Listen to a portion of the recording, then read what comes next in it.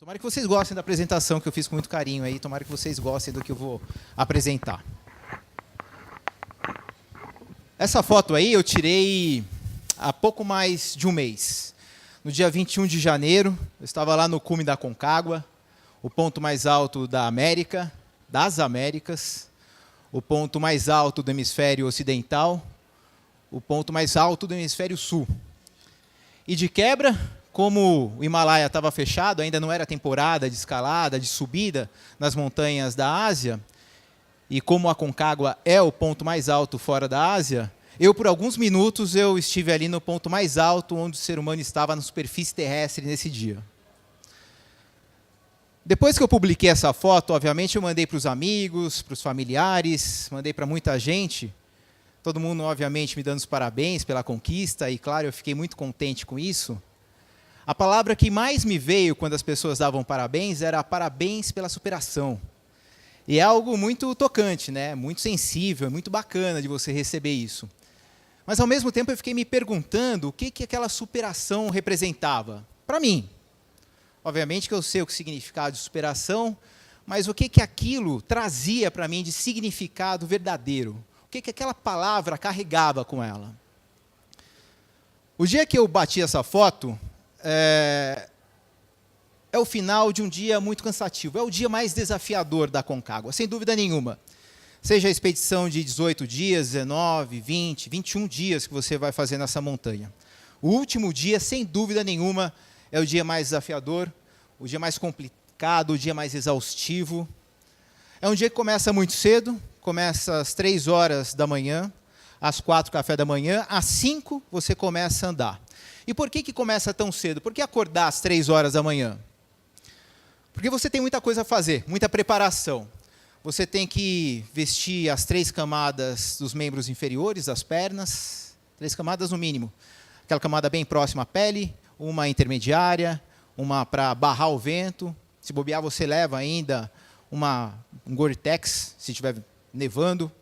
E aqui na parte de cima são 5, 6, tem gente que usa até 7 camadas, que eu acho até demais, mas 5 camadas com certeza você vai utilizar.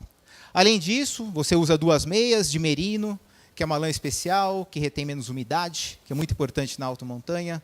São 2 luvas, uma luva mais fina, a luva sem dedos na parte de cima das mãos. Você vai vestir a balaclava, vai carregar o goggle, que é esse óculos de esqui, de neve.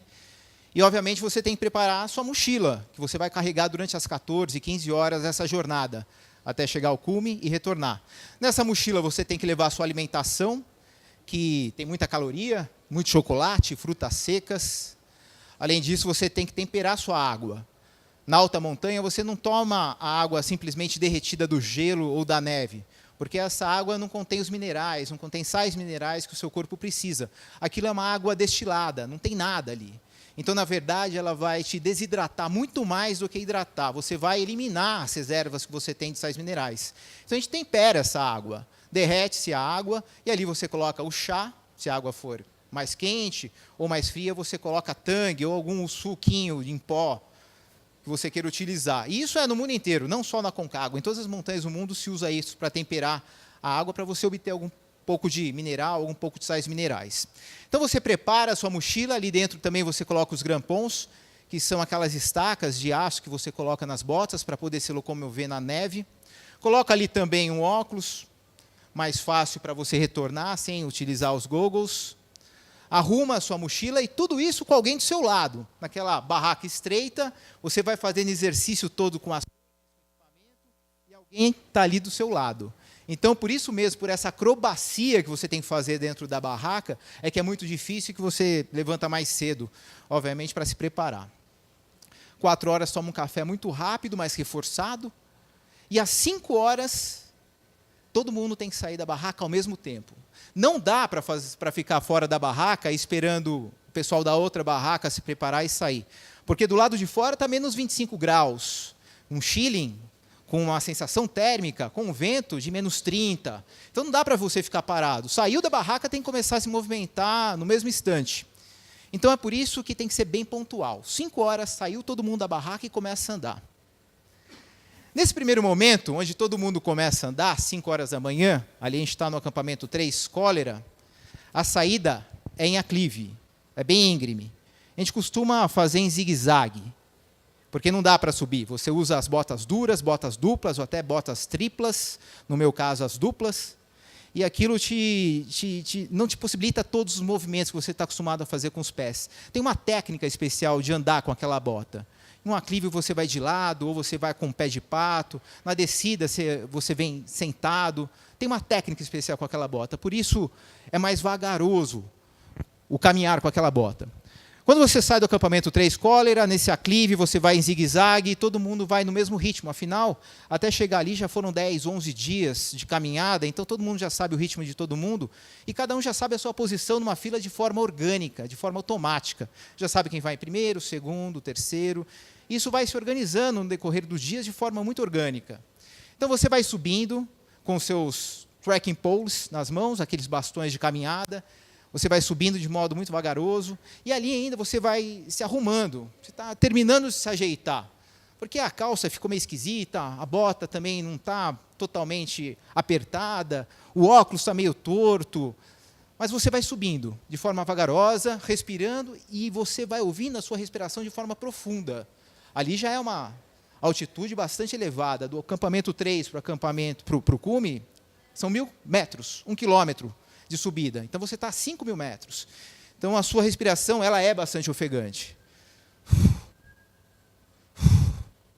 Nesse ritmo. E ritmado. É até bonito ver uma fila de escalada porque vão todos na mesma velocidade.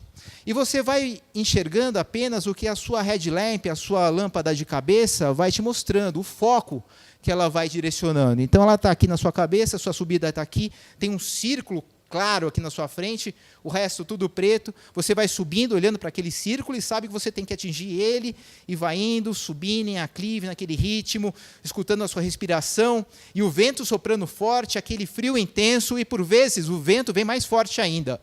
Aí você pega seus trekking poles, crava no chão, segura um pouquinho, espera o vento passar e continua. Você sabe que daqui a pouco ele vem de novo, e por vezes ele chega até a te deslocar. Você trava ali, volta para o lugar e recomeça a andar.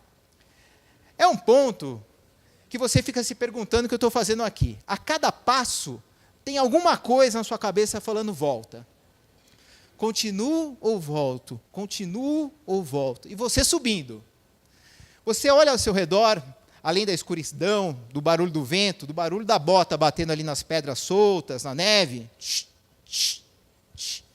Você enxerga luzinhas espalhadas pela montanha, mais acima e um pouco mais abaixo. São luzinhas dos outros montanhistas, dos outros escaladores que estão ali tentando fazer o mesmo trajeto de você, espalhados pela montanha. Isso nas poucas vezes que você levanta a cabeça e dá uma olhada do lado. Você continua andando e você sabe que muitas daquelas pessoas que estão ao seu redor não vão chegar nem na primeira parada, em Plaza Independência, porque somente 13% das pessoas que começam a Aconcagua chegam ao cume. Essa é uma referência desse ano. 13% dos que chegam ao cume, do total dos que tentam a Aconcagua, somente 13 chegam ao cume. Então você sabe que a grande maioria daquelas luzinhas que você está vendo naquela caminhada, a grande maioria vai voltar. E você começa aquela subida, vai indo, o aclive, o vento, é tudo terrível, tudo te manda voltar, tudo é incômodo, tudo é desconfortável, o café da manhã não bateu bem, tem uma coisa congelando, não é meu dedo do pé, ou é meu dedo da mão, não sei o que está acontecendo, não é para eu estar aqui, ultrapassei meu limite, não, volta, o frio está muito forte, nossa, eu não esperava esse vento, tudo vem contra. Aí é o primeiro embate mental. Você quer realmente subir essa montanha? É isso que você quer fazer? E essa pergunta você se faz muitas vezes numa alta montanha. No meu caso, em termos de frio, nessa primeira subida, nesse início do último trecho, o que mais congelava era meu dedo do pé direito. Não sei por que o dedo do pé direito, mas era o que mais eu sentia frio. E eu sentia mesmo que não conseguia movimentar ele, porque você tem que deixar um espaço nas mãos e nos pés para movimentar, para a circulação reativar e você conseguir fazer com que se aqueça. E eu mexia aqueles dedos dos pés e das mãos, tal, mas o dedo dos pés direito, eles estavam me incomodando muito. Então, a cada passo que eu dava, eu chutava o chão. ia chutando com o bico para reativar aquela circulação, para ter mais calor naqueles dedos. E continuava a subida. Você vai indo, depois você tem uma travessia à sua esquerda para chegar até Plaza Independência. E lá, o sol vai começar a nascer. Aí é quando vai dar a primeira motivação. Ali vem toda a minha inspiração, ali é como se a subida recomeçasse. Que uma alta montanha é opressiva, ela é agressiva, eu acho que muitos de vocês já sabem. A natureza é assim, né? Estava até comentando que, para mim, hoje, depois de tantos exemplos da natureza pura, nua, crua, que eu já tive, a natureza, para mim, ela não é uma borboleta sobrevoando uma margarida. A natureza é forte, ela é implacável. Quando você olha uma alta montanha dessa, de perto, não tem como não ficar com medo. Você fica com medo. Mas esse é um dos desafios da alta montanha, superar seu medo. Quando você está de frente para ela, você sente a força dela, a opressividade dela. Porque imagina, uma alta montanha dessa, quantos milhões de anos ela está lá, o Aconcagua de peito aberto, encarando o vento árido, frio, gelado, rápido, veloz, que vem do Ártico, e ela lá... Imagina a força de uma natureza dessa, e a gente está lá, tentando, não confrontar, mas tentando te desafiar junto com essa natureza. Nesse final de semana eu tive Intervales, que é um parque no interior aqui de São Paulo, repleto de cavernas, cachoeiras, é lindo. E lá você tem também uma experiência dessa, de observar a força da natureza, a hora que você olha uma cachoeira enorme daquela, ou uma caverna de 5, 7 quilômetros, a pedra sendo formada com um pingo d'água. Daí você vê lá uma figueira de 500 anos, com caule enorme, onde os galhos se formaram tal qual outros caules. Você fala, nossa, olha a força dessa árvore. A natureza é isso. Para mim, ela é muito forte. Imagina o quanto a gente significa para uma alta montanha que está lá há milhões de anos. Imagina o tempo relativo que a gente significa para ela. Ela está lá há milhões de anos e a gente dá uma passada na frente dela durante alguns dias ou semanas. A gente representa para ela o quê? Mini segundos na vida de uma alta montanha. É uma coisa muito insignificante.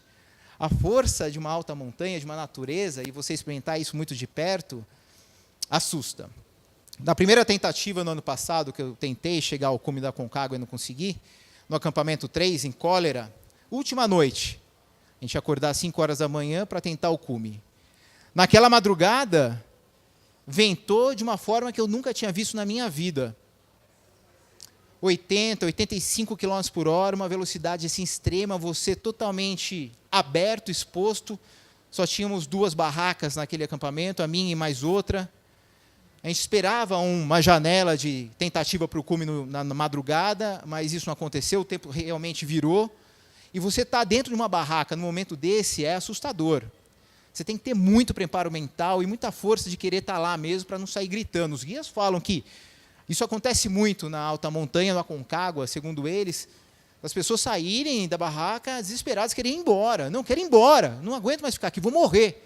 Porque parece que é isso mesmo, porque a força do vento vem tão grande, vem de modo tão espetacular, que te assusta. Parece um caminhão que vem lá de longe buzinando, de repente chega na sua barraca.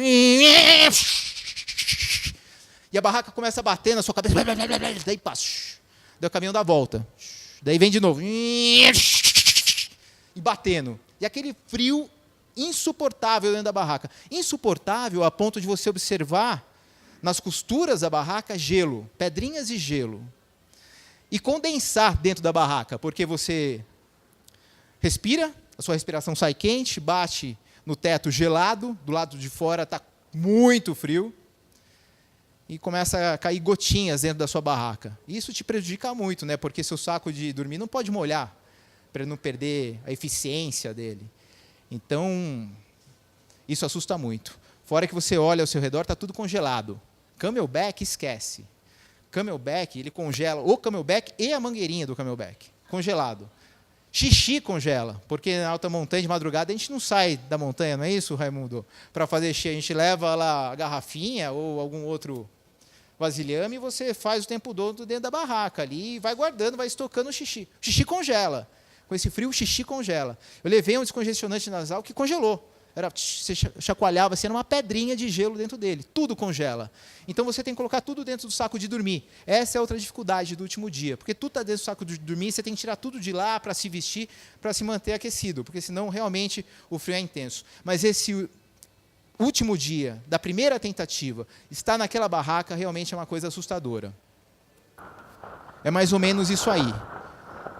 O barulho, logicamente, está reduzido, porque era uma GoPro, ela estava dentro de uma caixinha estanque, aí os floquinhos de gelo nas costuras da barraca. E ali o que te separa de tudo isso que está do lado de fora, desse vento extremo, é uma fina camada de tecido, de Gore-Tex ou outro tecido qualquer, mas é um tecido, e não tem mais nada ali. Você sai ali, é um vazio, preto, breu, só montanha forte, agressiva ali te esperando. Olha o xixi congelado, não é mentira, estava lá. Mas, ao mesmo tempo que tudo isso acontece, né, você vê essa natureza nua e crua da alta montanha, que ela te assusta, ela te desafia, ela também te fortalece. E ela também é capaz de gerar imagens incríveis. Ela é de uma beleza insuperável. Eu chego de arrepiar, ela é de uma beleza insuperável. Mas é uma beleza de você ver cores que você não viu em nenhum outro lugar do mundo e acha que não vai ver novamente. Porque a cada dia as cores são diferentes. E a mistura das cores, os odores, o relevo, as sombras que as montanhas e o reflexo desse sol causam, é algo difícil de descrever. É algo que você vê, você fica emocionado só de ver. Você começa a falar com a boca tremida. Você começa quase a chorar só de ver aquilo. É indescritível. Por mais que eu tente aqui falar o que é a beleza de uma alta montanha, eu não vou conseguir. Que lugar maravilhoso. Olha que lugar lindo. Olha isso.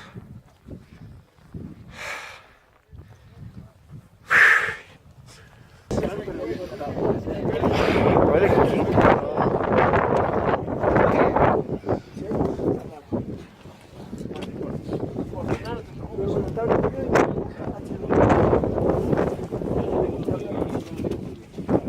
Olha isso aqui, que coisa maravilhosa. Olha a paisagem. Olha a paisagem. Olha isso. Hein? Tá demais. Pessoal, olha que dia lindo. Final de dia, né? Hoje foi muito frio, foi dia de descanso antes a gente fazer o ataque final e parece que é um sinal de boa sorte. Olha aqui. Olha que coisa maravilhosa. Olha isso. Olha isso daqui. Olha esse. Olha isso. Olha que coisa incrível.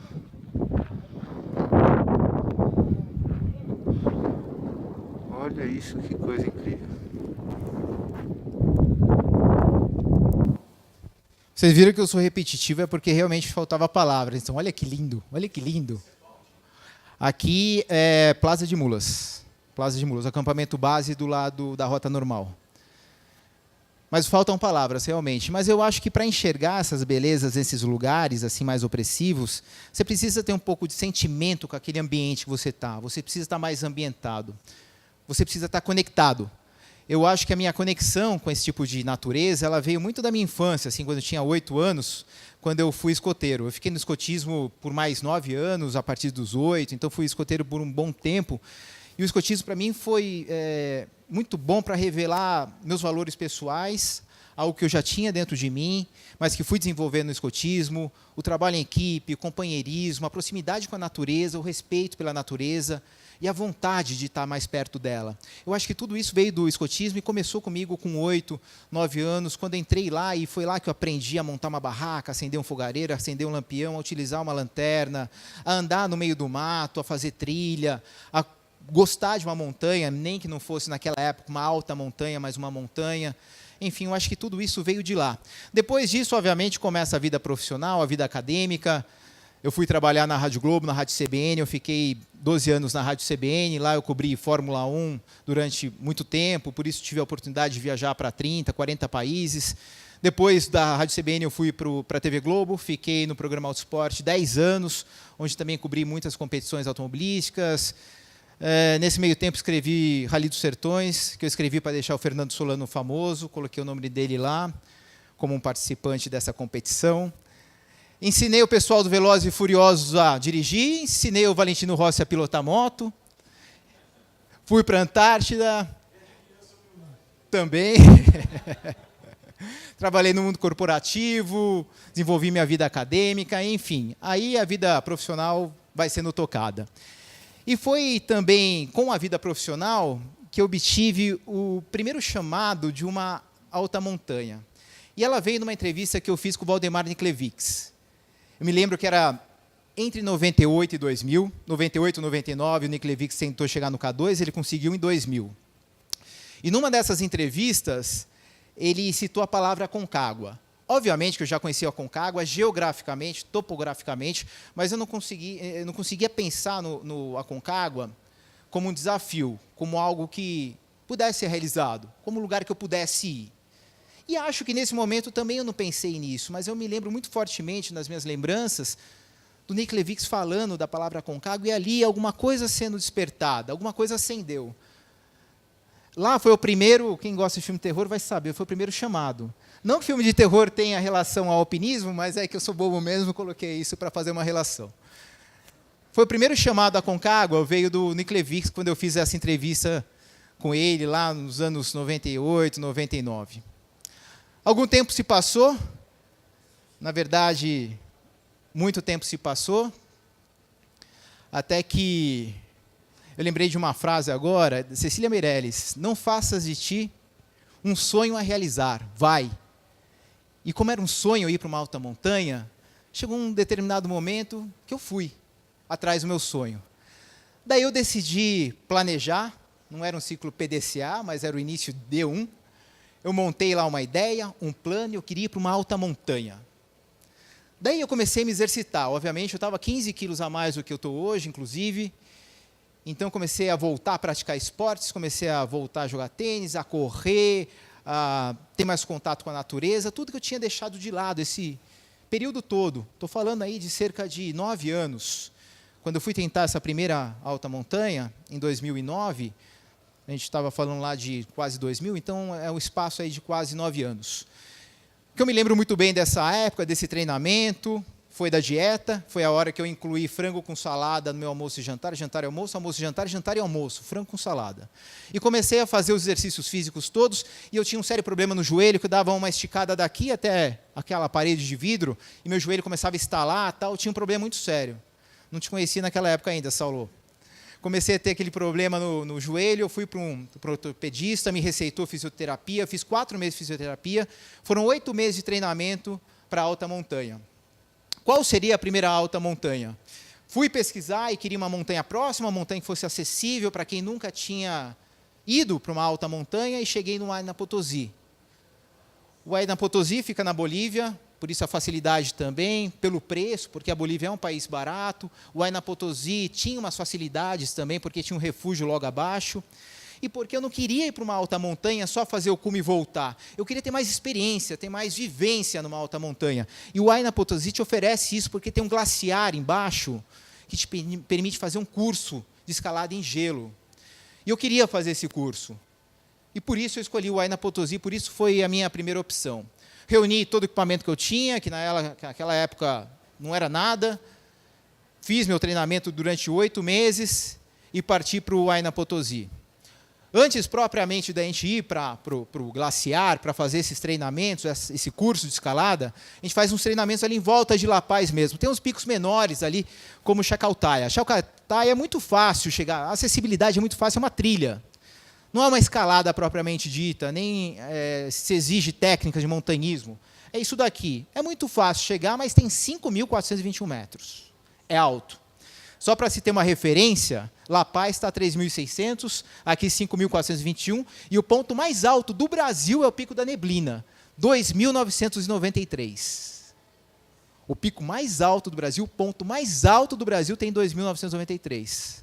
La Paz, 3.600 e aqui Chacutaia, 5.421. Eu estava em La Paz, nós fomos até Chacutaia, eu estava me sentindo super bem, falei, pô, estou treinado, 8 meses, vai ser fácil, Aina. Daí chegou perto do Chacutaia, eu dei até uma corrida para chegar no cume de Chacutaia. Corri no final do trecho, me senti super bem, voltamos todos andando até La Paz. Chegou em La Paz, éramos 3, cada um foi para o seu hotel, e o meu hotel era mais barato, e o hotel mais barato em La Paz é preocupante. É preocupante. Era um quarto estreitinho, assim, uma cama de solteiro, banheiro do lado de fora, no final do corredor. Daí eu entrei no quarto, eu lembro direitinho, entrei no quarto, tirei a bota, deitei na cama. Meus amigos, a hora que eu deitei na cama... Cadê o ar? O ar não vinha. Sabe essa sensação de encher o pulmão e esvaziar? Você não tem. Eu não tinha. Daí tudo começou a rodar, o olho esbugalhou, coração palpitando forte, suando frio, tremedeira. Eu sentei na cama. O que está acontecendo? O que está acontecendo? Não sabia, não conseguia respirar, não enchia o ar. É um desespero que não cabe em si. Você não consegue se sentir envolvido pelo seu corpo. É uma descrição muito estranha, mas é mais ou menos isso. Daí eu saí do meu quarto, fui até o banheiro, molhei o rosto, voltei para o quarto, liguei música alta, música baixa, queria me animar, eu queria relaxar, mas não conseguia. Saí do hotel, fui até o final da rua, dei a volta um quarteirão, voltei de novo, bebi água, fui para o banheiro, sentei, liguei música e nada. É uma sensação horrível, horrível. É sensação de morte. Por que é sensação de morte? Porque quando eu voltei, eu escrevi um livro sobre essa primeira escalada e eu comecei a pesquisar esses sintomas que eu tive. E a descrição dos sintomas era justamente sensação de morte, segundo as bibliografias que eu consultei. Então aquilo ficou na minha cabeça e eu acho que é um jeito mais fácil mesmo de descrever qual que é essa sensação de você não conseguir erguer, não conseguir ter ar, não conseguir ficar de pé e se sentir pleno. Eu achava que ali tinha acabado minha montanha. Na minha cabeça, eu superei meu limite, eu não estou pronto. Imagina, eu não tenho preparação para isso, me preparei pouco, eu não tenho estereótipo para isso. Estou além, muito além do meu limite, eu tenho que voltar, não tem jeito. Mas aí é todo um trabalho mental que você vem fazendo e aquela coisa de quanto você quer. Quanto você quer isso? Você quer mesmo? É isso que você quer mesmo? Você quer ir para o Huayna Potosí mesmo? Por que você está aqui? Para que valeu os 8 meses que você treinou? Daí você começa a se questionar a respeito de tudo isso. Eu sei que eu deitei na cama naquela noite. Foi um trabalho que fiquei fazendo na minha cabeça, levantando, tentando me reerguer até alta madrugada. Eu sei que no dia seguinte eu estava melhor. Não, porque eu estava num hotel em La Paz, na cidade. Quando é uma alta montanha, geralmente se leva mesmo. O guia leva, em caso de necessidade. Mas ali na cidade, em La Paz, é muito pouco provável. Talvez em hotéis mais requintados, assim, até tenham na recepção mesmo, mas ali eu não tinha acesso a isso. 3.600, estava em La Paz. Foi, não fiquei.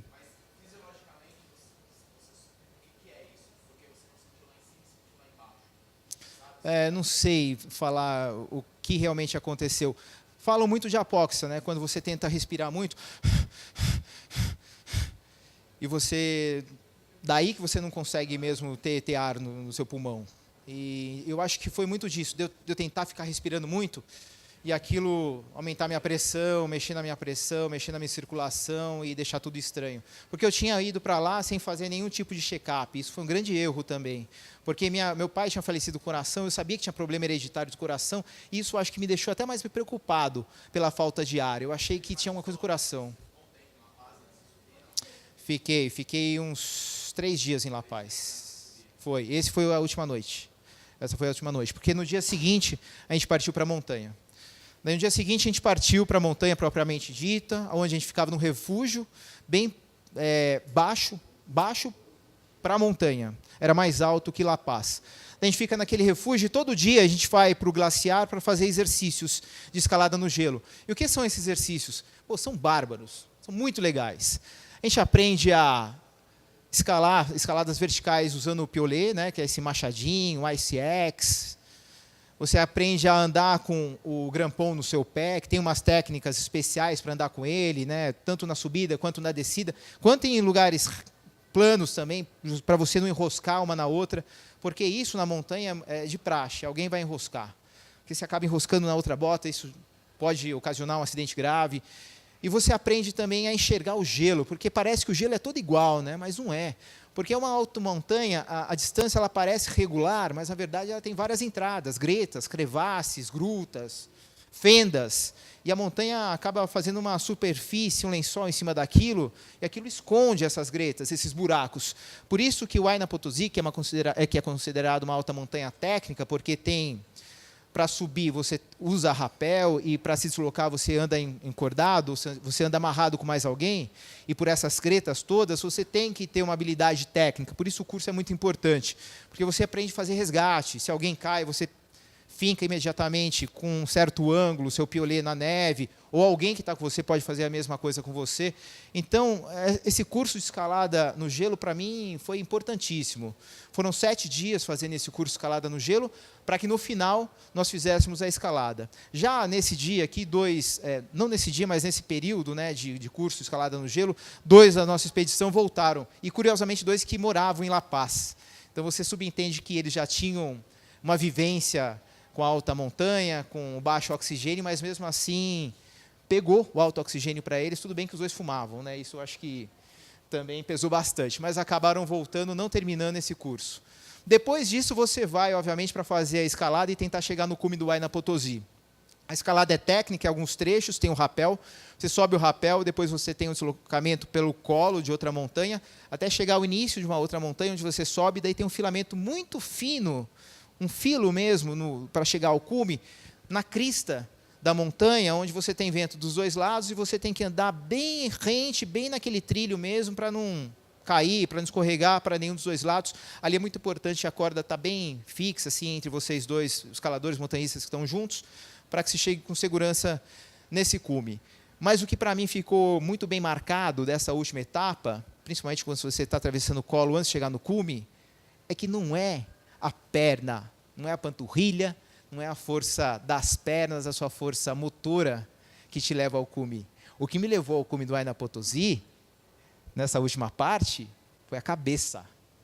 Chegou uma parte ali que não tinha mais perna, não tinha mais joelho, não tinha mais panturrilha, não tinha mais força motriz aqui. O que abastecia a minha perna naquele ponto ali era a cabeça. É aquela coisa, você quer chegar mesmo?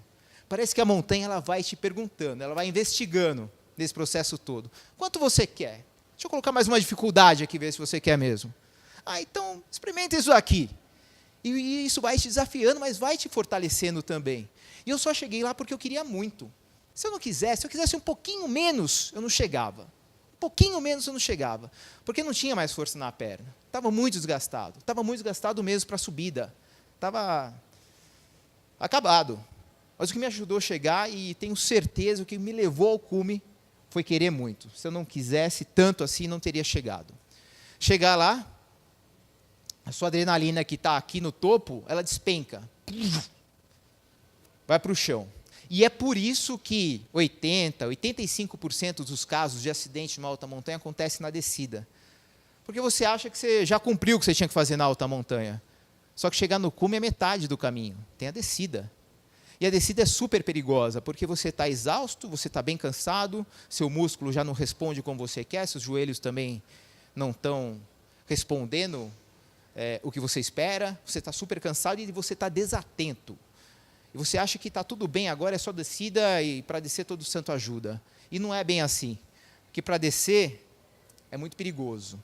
Então você tem que descer com muito cuidado, guardar o mínimo de reserva possível que seja para descer, mas tem que ter um pouquinho. Eu achei que não tivesse nada, mas na descida eu tinha um pouco de reserva que me levou até lá embaixo com segurança, prestando atenção, mas indo muito, muito devagarinho. Daí tudo bem devagarinho, porque é o retorno. Lembrando de uma frase célebre, né, de montanhista. Montanhista é aquele que vai até onde os olhos alcançam e retorna. Não basta só ir, tem que voltar. E, para minha sorte, para minha felicidade, meu sonho todo foi completado, porque eu fui e voltei com segurança. Essa aqui é a chegada para o Huayna Potosí, esse filo estreitinho aqui na crista da montanha, tem que se andar muito rente, você vê que a corda com o outro montanhista está até esticada. Enfim, para se chegar até o cume, é esse caminho estreitinho aqui, e foi onde eu cheguei em 2009.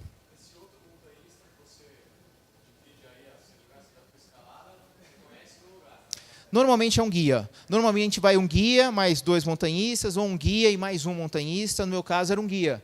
Era o auxiliar do guia, né? O segundo guia que estava comigo. Então, a gente estava em 2 grupos, tinha um montanhista mais 2, um guia e mais 2 montanhistas, e esse segundo guia que estava comigo sozinho. Então, eu estava escalando com esse guia, que obviamente me ajudou muito nesse percurso todo, porque é muito legal ter um companheirismo assim, para ir trocando motivação ao longo do caminho. Tem momentos realmente que você pensa em voltar. Você pode até nem estar falando isso, mas seu rosto está falando. E daí ele olha para você e fala, não, vamos, vamos. E parece que é só a fagulha que você precisava ouvir para continuar indo. Daí você vai. Então, companheirismo é uma coisa muito forte no montanhismo. Não, não deu. Eu acho que chegar em Chalcataia me revelou o limite, me revelou o que eu não devia ter feito, que foi aquela corrida. Coisa muito boba que eu fiz ali para chegar no cume, que eu achei que estava bem, e obviamente eu não estava. Nunca tinha estado numa alta montanha. Então, eu dei aquela corridinha achando que estava tudo bem. Não estava, obviamente que não. E ali eu percebi meus limites também. Eu acho que foi muito importante acontecer aquilo comigo em Chalcataia. Talvez, se não acontecesse isso comigo em Chalcataia, eu tivesse voltado do curso de gelo, não teria chegado ao cume. Então, acho que grande parcela também de chegar ao cume, de ter essa força mental toda que eu tive que desenvolver no último pedaço, veio de Chalcataia, veio daquela frustração inicial. Depois, ao longo dessa estada na montanha, a gente fica conversando muito, né? Porque você tem muito tempo para conversar. Porque a hora que começa a escurecer, você volta para o refúgio, e ali é legal, você fica trocando ideia a respeito de equipamento. É legal você falar com o pessoal que gosta da mesma coisa que você. Você fala de Dryvent, Ivent, Gore-Tex, Polartec, todo mundo sabe o que você está falando. Você fala das marcas, é legal, você troca experiências. E todo mundo sabe aqui do Coletivo Odor, principalmente todo mundo sabe isso, que a gente posta lá alguma coisa no WhatsApp e todo mundo responde com a mesma intensidade, né? E é muito bacana isso também na montanha. E ali, trocando ideia com o pessoal que estava ali, com outros montanhistas, 2 deles estavam lá para ir para uma outra montanha, estavam se preparando, estavam usando o Huayna Potosí como uma montanha preparatória. E essa montanha era o Aconcagua. Eu nem citei a Aconcagua, eles vieram falando a Aconcagua. Outro chamado que eu tive do Aconcagua, nessa minha estada no Huayna Potosí, foi do próprio guia.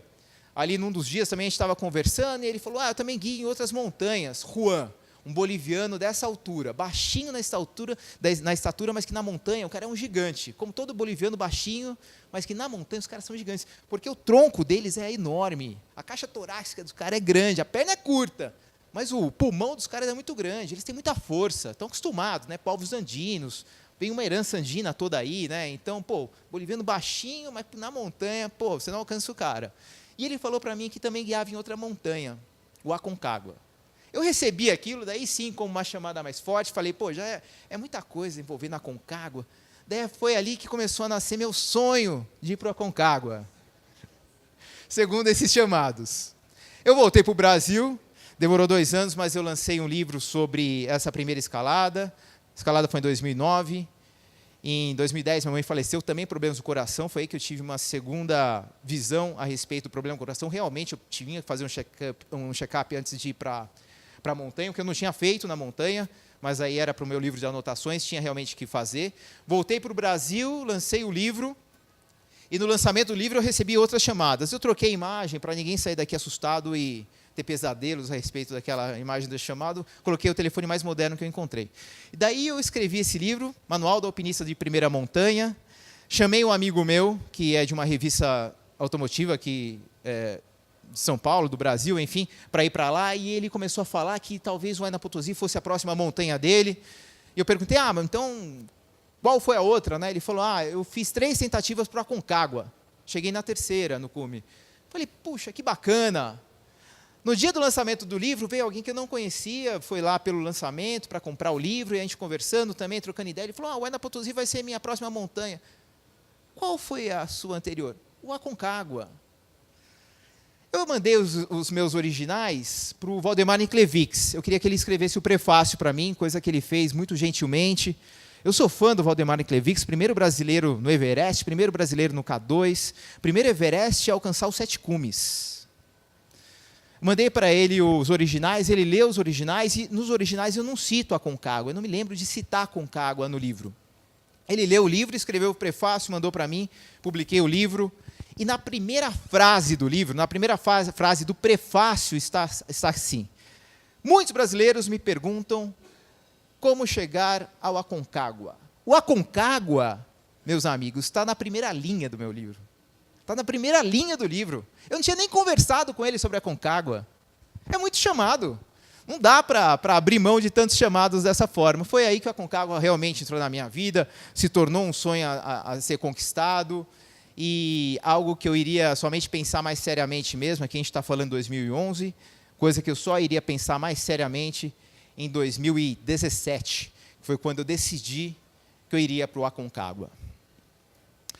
O Aconcagua é o maior pico das Américas, o maior pico do hemisfério sul, o pior pico do hemisfério ocidental. Pela sua altitude, por si só, é muito desafiador. E eu comecei a treinar, então, com 1 ano de antecedência. Eu queria ir para o Aconcagua em 2018. No comecinho de 2018. Aliás, no comecinho de 2000 realmente, no comecinho de 2018, foi ano passado. Eu ia em janeiro de 2018 para a Aconcagua. Eu comecei a treinar em 2017, em janeiro de 2017. Comecei o treinamento para a Aconcagua e comecei a treinar duro. Comecei novamente a minha dieta, porque nesse espaço todo já tinha perdido muita forma, então voltei a fazer dieta, frango com salada, frango com salada, frango com salada à noite, na hora do almoço, jantar, frango com salada. E nesse meio tempo, aquele joelho que estava ruim ficou pior ainda. Daí eu fui no médico, queria operar, fui no segundo, queria operar, o terceiro queria operar, o quarto falou que não ia operar, e daí eu fiquei com o quarto. Daí ele falou assim, vamos fazer um tratamento mais conservador. Vamos fazer fisioterapia intensiva, mais 4 meses de fisioterapia. Nesse meio tempo, eu comecei a treinar com mochila, 8 quilômetros de corrida, fui para a Pedra do Baú várias vezes, que é uma montanha que eu gosto de ir, uma pedra fácil de escalar, mas ela tem uma subida que é gostosa, você subir, descer, dependendo de quantas vezes você faz isso, é um exercício bom. Comecei a fazer esse treinamento mais intensivo, fazia natação, fazia hidroginástica para não forçar muito o joelho, comecei a treinar muito forte para a Aconcagua, começando a pesquisar quais as empresas que lá forneciam, essa logística toda, e cheguei em 3 rotas, que são as 3 rotas oferecidas para a Aconcagua. Rota normal, 18 dias, a estendida 20 dias, a Aconcagua 360, 19 dias. Qual a diferença da normal para a normal estendida? Toda a base para se chegar na Aconcagua é Mendoza. Você sai daqui, chega em Mendoza, e de Mendoza tem deslocamento até a Aconcagua, 112 quilômetros, você chega na base, passa por Penitentes. Penitentes fica bem na frente do portal de entrada do parque do Aconcagua, você dorme a noite lá e no dia seguinte você faz o deslocamento até Plaza de Mulas, que é o acampamento base. Esse deslocamento é feito a pé, é trilha, são 28 quilômetros de trekking, mas é um trekking que se vence com facilidade, até porque tem terrenos muito planos e aquela vista, aquele visual incrível, todo aberto, as montanhas ao seu redor, parece que é um corredor de entrada para chegar até o Aconcagua. A rota normal, você segue por esses 28 quilômetros, a rota normal estendida também, você chega até Plaza de Mulas, que é o acampamento base. Se você começar à sua direita, a partir do Plaza de Mulas, você começa a subida para o Aconcagua. Plaça Canadá, Nido de Condores, Berlim, agora é Cólera, até chegar ao cume. Do lado esquerdo tem uma outra montanha que chama Bonete, de 5.000 metros, que é a montanha que está incluída na rota normal estendida. São 2 dias a mais, você tem mais aclimatação, você tem uma preparação física mais forte, porque você vai ter mais uma montanha no seu caminho. Eu optei por essa, justamente por essa preparação física e por essa aclimatação que ela podia me fornecer. A base, ela está...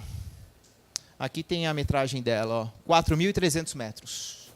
Plaza de Mulas está a 4.300 metros. Daí você sai de lá e você sai de manhãzinha para ir para Bonete, de madrugada, chega no cume do Bonete ainda durante o dia e volta quando está começando a escurecer. Mas é uma caminhada exigente, uma preparação física bacana, te fortalece na aclimatação. Aqui no cume do Bonete, aqui meus companheiros daquela jornada, ali um pedacinho do trajeto que a gente tem até o cume, e ali eu estou com o Raul, que é um espanhol, o Andy Jones, que é o guia argentino, que virou meu grande amigo, e a Cat, que é uma canadense. É uma opção muito pessoal essa. Eu gosto muito de escolher essas empresas de fora do Brasil. Não é pela qualidade, que aqui, obviamente, as empresas daqui têm muita qualidade, seja de quem você escolher, do Pedro Hauck, do Valdemar Niklevics, enfim, tem tantas empresas aí, mas não é pela qualidade, não. É porque é um gosto pessoal mesmo, que eu acho legal trocar experiência assim, com esse pessoal. Porque utilizam equipamentos diferentes, têm treinamentos diferenciados, a própria forma cultural de como eles lidam com a montanha, com os desafios. E é sempre uma troca de experiência bacana. Então, é um gosto muito pessoal mesmo, não é por motivo de qualidade, mas é um gosto pessoal. A partir dali, eu voltei para a Plaza de Mulas, daí sim, no dia seguinte, você começa a subida para o cume da Aconcagua. Para chegar no cume da Aconcagua, você sai de Plaza de Mulas, sobe até o acampamento 1, Canadá, deixa seu equipamento lá, parte do que você precisa carregar, volta para a Plaza de Mulas, passa uma noite. No dia seguinte, você vai de vez para Canadá, dorme lá, carrega suas coisas no dia seguinte até o acampamento 2, Nido de Condores, desce para Canadá, passa uma noite lá. No dia seguinte, você vai para o acampamento 2 novamente, dorme lá mais uma vez, e no dia seguinte, daí você vai para o acampamento 3, onde você chega à tarde, umas 3 horas da tarde, dorme até as 3 da manhã, onde você acorda, se prepara e vai para o cume. Normalmente é esse o cronograma, mas que também se altera muito em virtude do vento, da temperatura, da janela que você vai ter no cume, isso se altera bastante. Mas normalmente é esse o cronograma que se tem no Aconcagua. Acampamento 1, Canadá, acampamento 2, Nido de Condores, estava eu lá, tentativa frustrada. Em Nido de Condores ventava muito, fazia muito frio. Essa foto aqui é bem mentirosa, porque ela é uma foto glamurosa, ela é clássica de montanha, né? Parece que a gente está ali, daí as borboletas vão passar. Não tenho nada contra a borboleta, hein? As borboletas vão passar ali, ao redor da barraca, não tem vento, você está simplesmente apreciando o horizonte, você está sentado, a barraca super confortável, você está com uma xícara ali de chá, aquela fumacinha saindo, aquele aroma. É uma foto mentirosa, ela é produzida, porque, na verdade, aqui, você não está muito bem. Você está com dor em algum lugar está doendo. No meu caso, eu tinha bolha no pé, que estava doendo. O seu intestino não funciona muito bem, você tem gases que você expele pelas vias aéreas e pelas vias inferiores. Os gases saem a todo momento. A barriga não funciona bem porque você come muita porcaria. Imagina, você está treinando com uma dieta especial, 8 meses, aí você vai lá, é chocolate, toma chocolate, é tudo porcaria. Porque você tem que ter muita caloria. Por mais gel que você leva, essa coisa toda, você não vai comer gel 24 horas, né? Você vai em tempos de deslocamento. Mas a hora que você está parado, é muita porcaria, muita coisa calórica. E mesmo as refeições que se fazem, tem algumas coisas um pouco saborosas, mas na maior parte do tempo é algo que te dê muita caloria. Então você vai comendo, e aquilo não cai muito bem. Então ali você provavelmente está com um desconforto, você não está totalmente bem. Essa foto é muito mentirosa. A partir daí a gente foi para Nido de Condores, acampamento 2, e lá chegando, numa certa noite, na última noite, no dia seguinte, a gente ia para o acampamento 3 e tentar o cume. Eu estava lá, escurecendo, começou a bater o vento novamente, muito forte, muito frio, Nido de Condores, acampamento 2. No acampamento, você divide. A parte de cá é o gelo sadio, é o gelo que vai ser usado para fazer água, e todo mundo sabe disso, todo mundo do acampamento, todo mundo das próximas expedições, é uma parte já reservada. E do lado de cá é para você fazer os dejetos. Vai fazer o que você quiser lá, mas aqui não. Eu fui lá, começando a escurecer, ventando, fui lá nessa parte dos dejetos. Achei que ia fazer o número 1, de repente saiu o número 1,5. Não era o 2 é mais firme. Aquela coisa toda escorrendo no meio das pernas. Eu falo isso porque é uma coisa que pode acontecer e acontece constantemente mesmo na altitude. Essa diarreia, muitas pessoas sofrem disso e eu descobri que eu sofria nesse dia. 5.000 metros, é sempre em 5.000 metros que me dá isso. Fui lá, diarreia e é horrível, obviamente, em condições normais já seria. Mas ali que você está com 2 calças, talvez com a sua última calça mais limpa para tentar o cume, você está naquela posição, aquele vento, aquele frio, daí você vai para o banheiro. Banheiro em alta montanha, estou falando em termos luxuosos, pode ser a capinha do lado de fora de uma barraca armada. Daí dentro, normal, terra, pedra e tudo mais. É só a capinha de fora para te proteger do frio. Daí você entra lá, você tira tudo aquilo. É a hora que você pega e você pensa assim, puxa vida, que situação.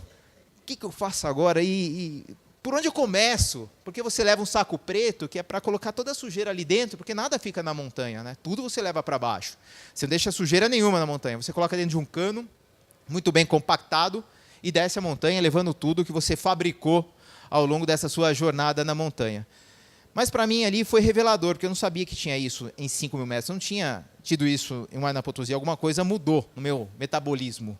Enfim, tive isso lá e isso era preocupante porque ali podia acabar a minha montanha. Porque ali minha reserva toda de sais minerais, minha força toda estava indo embora. Eu estava me desidratando. Eu não tinha como me hidratar a ponto do que estava saindo. Ia sair mais ainda. O bom é que na alta montanha todo mundo tem uma mini farmacinha. Todo montanhista tem uma mini farmacinha que tem tudo. Tem tudo. Eu não tinha esse remedinho, esse Mosec aí para travar. Mas aí tinha alguém lá que tinha. Tomei 5. Se eu falar isso para algum médico, né, os caras vão me crucificar. Mas tomei 5 para travar. Não travou de imediato, foi travar lá de madrugada. A hora que travou foi uma festa no acampamento. Que eu fui lá, pô, não saiu nada, eu bati na barraca do guia. Tá bom.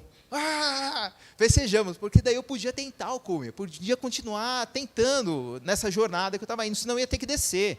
Não tinha como continuar. Pô, daí minha alegria foi geral para tentar chegar no cume. Chegando em Cólera, que é o acampamento 3, logo depois do Nido de Condores, nesse dia seguinte, foi um dia terrível, foi o dia dessa ventania.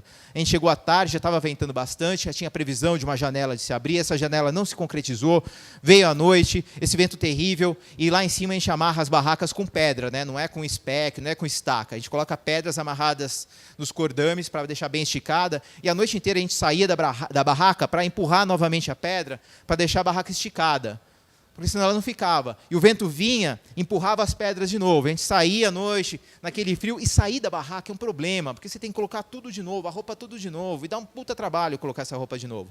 A gente saía lá, esticava a barraca, voltava para... Intenso, trabalho intenso. E você está lá dentro, é uma força mental incrível, porque parece que a barraca te mandando embora. Vai embora, vai embora, vai embora, vai embora, e você querendo ficar lá. No dia seguinte, obviamente, não teve jeito. A gente conversou. Se ali estava ruim, lá para cima estava muito pior. Então a gente fez uma mini reunião dentro da barraca e todos decidimos, vamos descer. Mas vamos tentar de novo. É muito, muito raro fazer uma segunda tentativa numa mesma expedição para uma alta montanha, principalmente descendo ao acampamento base e subindo tudo de novo, que era o nosso plano. A gente sentou ali, que era um grupo muito unido, os guias estavam muito dispostos, a gente conversou ali e resolveu fazer isso. Então, os 10 dias que a gente subiu, a gente vai levar agora 1. Mas vamos tentar? Vamos. A gente saiu de lá naquele dia, desceu para a Plaza de Mulas, passou uma noite em Plaza de Mulas e subiu direto no dia seguinte até o acampamento 2. Passou a noite lá e do acampamento 2 a gente foi direto para o cume. A gente passou andando pelo acampamento 3 sem parar e tentou o cume. Mas aí não deu para mim. Eu já sabia que não ia dar. Quando eu saí da primeira vez de Cólera, eu já sabia que não ia dar. É como uma chave seletora ali tivesse mudado na minha cabeça, eu já não tinha mais a força mental para fazer a segunda tentativa, e para mim já seria o suficiente chegar em Cólera. Eu não tinha essa certeza muito clara, consciente, mas olhando hoje friamente, eu acho que era isso. Se eu chegasse em Cólera, já ia ser uma vitória para mim, porque eu estava muito, muito cansado. A gente desceu para a plaza, subimos novamente, fiz essa tentativa, passei por Cólera, comecei a subir, mas aí não deu, aí travou tudo. Minhas pernas não respondiam mais, minha mente já não estava com a força necessária para começar uma escalada dessa, 14 horas de jornada, já tinha vindo de 3 desde o acampamento 2, não dava mais para mim. Foi ali que acabou essa minha primeira tentativa de chegar ao cume. Infelizmente, acabou aqui pra mim. Não vai dar cume dessa vez. A montanha não quis dessa vez. O nosso dia certo era o 17, o dia que a montanha virou, veio o vento não sei de onde. Não quis deixar a gente subir. O desafio aqui permanece aberto. Não gosto de deixar os desafios abertos, não. Vamos ver. Gente, vem uma frustração depois que você não consegue isso. Você está há meses treinando, e para chegar numa alta montanha, para você conseguir ter esse tempo, são tantos detalhes que é tão difícil juntar tudo. É tempo disponível, é o investimento necessário, é o treinamento específico, a sua cabeça tem que estar bem. Você tem que reunir tudo isso e ir para a montanha e dar certo. E não dá. E às vezes não dá mesmo. Talvez você não estivesse pronto para aquela montanha. E aquilo tudo vem assim numa onda gigantesca, vem te mostrando que talvez você seja totalmente fora da sua limitação. Isso aqui não é para você. E esse caminho de volta, quando eu vinha fazendo esse caminho de volta, são 28 quilômetros que no retorno você faz de uma volta só, de uma vez só, você não para descansar. Ou pelo menos para dormir. Você para descansar, mas não para dormir. Então você vem voltando, e são 28 quilômetros que aquilo vem na sua cabeça, aquela frustração não sai. Porque esse é outro problema de você não conseguir chegar ao cume numa montanha. Você não conseguiu chegar no cume, você está frustrado, mas você não faz assim e está em casa. Demora 3, 4 dias para voltar, na melhor das hipóteses. Então é como se você estivesse no ringue lutando boxe, daí você vai a nocaute, pá, cai na lona. Daí lá do chão você fica olhando o seu opositor, assim, olhando para você e você caído e você não pode se levantar. Não dá para se levantar de novo. E você fica 3 dias nessa mesma posição. Você fica vendo aquela montanha lá e você não conseguiu. Pô, é uma frustração enorme. E esse caminho de volta eu vinha conversando comigo mesmo, e ao mesmo tempo que eu vinha falando, não, a montanha não vai sair daí, eu posso voltar. Eu vinha pensando, pô, mas vou voltar como? E tempo, e investimento para isso. Enquanto eu vinha pensando nessas coisas, as novas resoluções, pô, se eu tivesse treinado mais, né? Não, mas agora eu vou treinar mais. Daí vinha a frustração.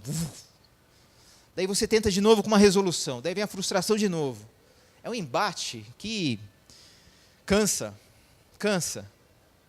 Mas você continua a caminhada. E eu realmente não sabia se ia conseguir voltar para a montanha. Voltei para o Brasil acabado, né? E eu voltei para o Brasil na véspera do Natal. Porque, na verdade, essa primeira escalada minha, eu falei em janeiro, mas foi em novembro de 2017. Eu comecei a preparação em janeiro. Portanto, foram 10 meses de preparação. Comecei em janeiro de 2017, a escalada foi em novembro de 2017. Um subiu. A gente estava em 5, 2 voltaram no mesmo ponto do que eu, 2, inclusive, um porque também não tinha feito check-up do coração, ele achou que o coração dele também não estava bem, assim, voltou porque sentiu uma palpitação estranha. Outro já tinha voltado mais abaixo. A canadense, que eu considerava super forte, que ela era militar, essa canadense, o tempo todo ela veio muito, muito forte. Chegou a um ponto da subida mais acima do que eu, que ela também passou mal.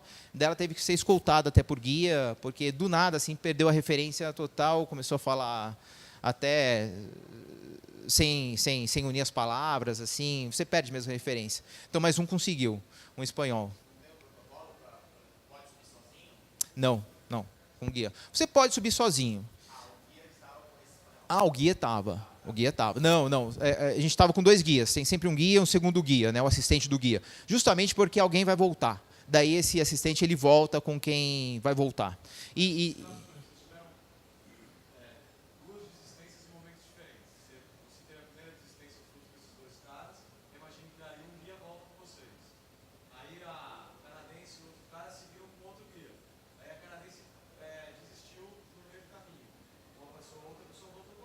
Voltou.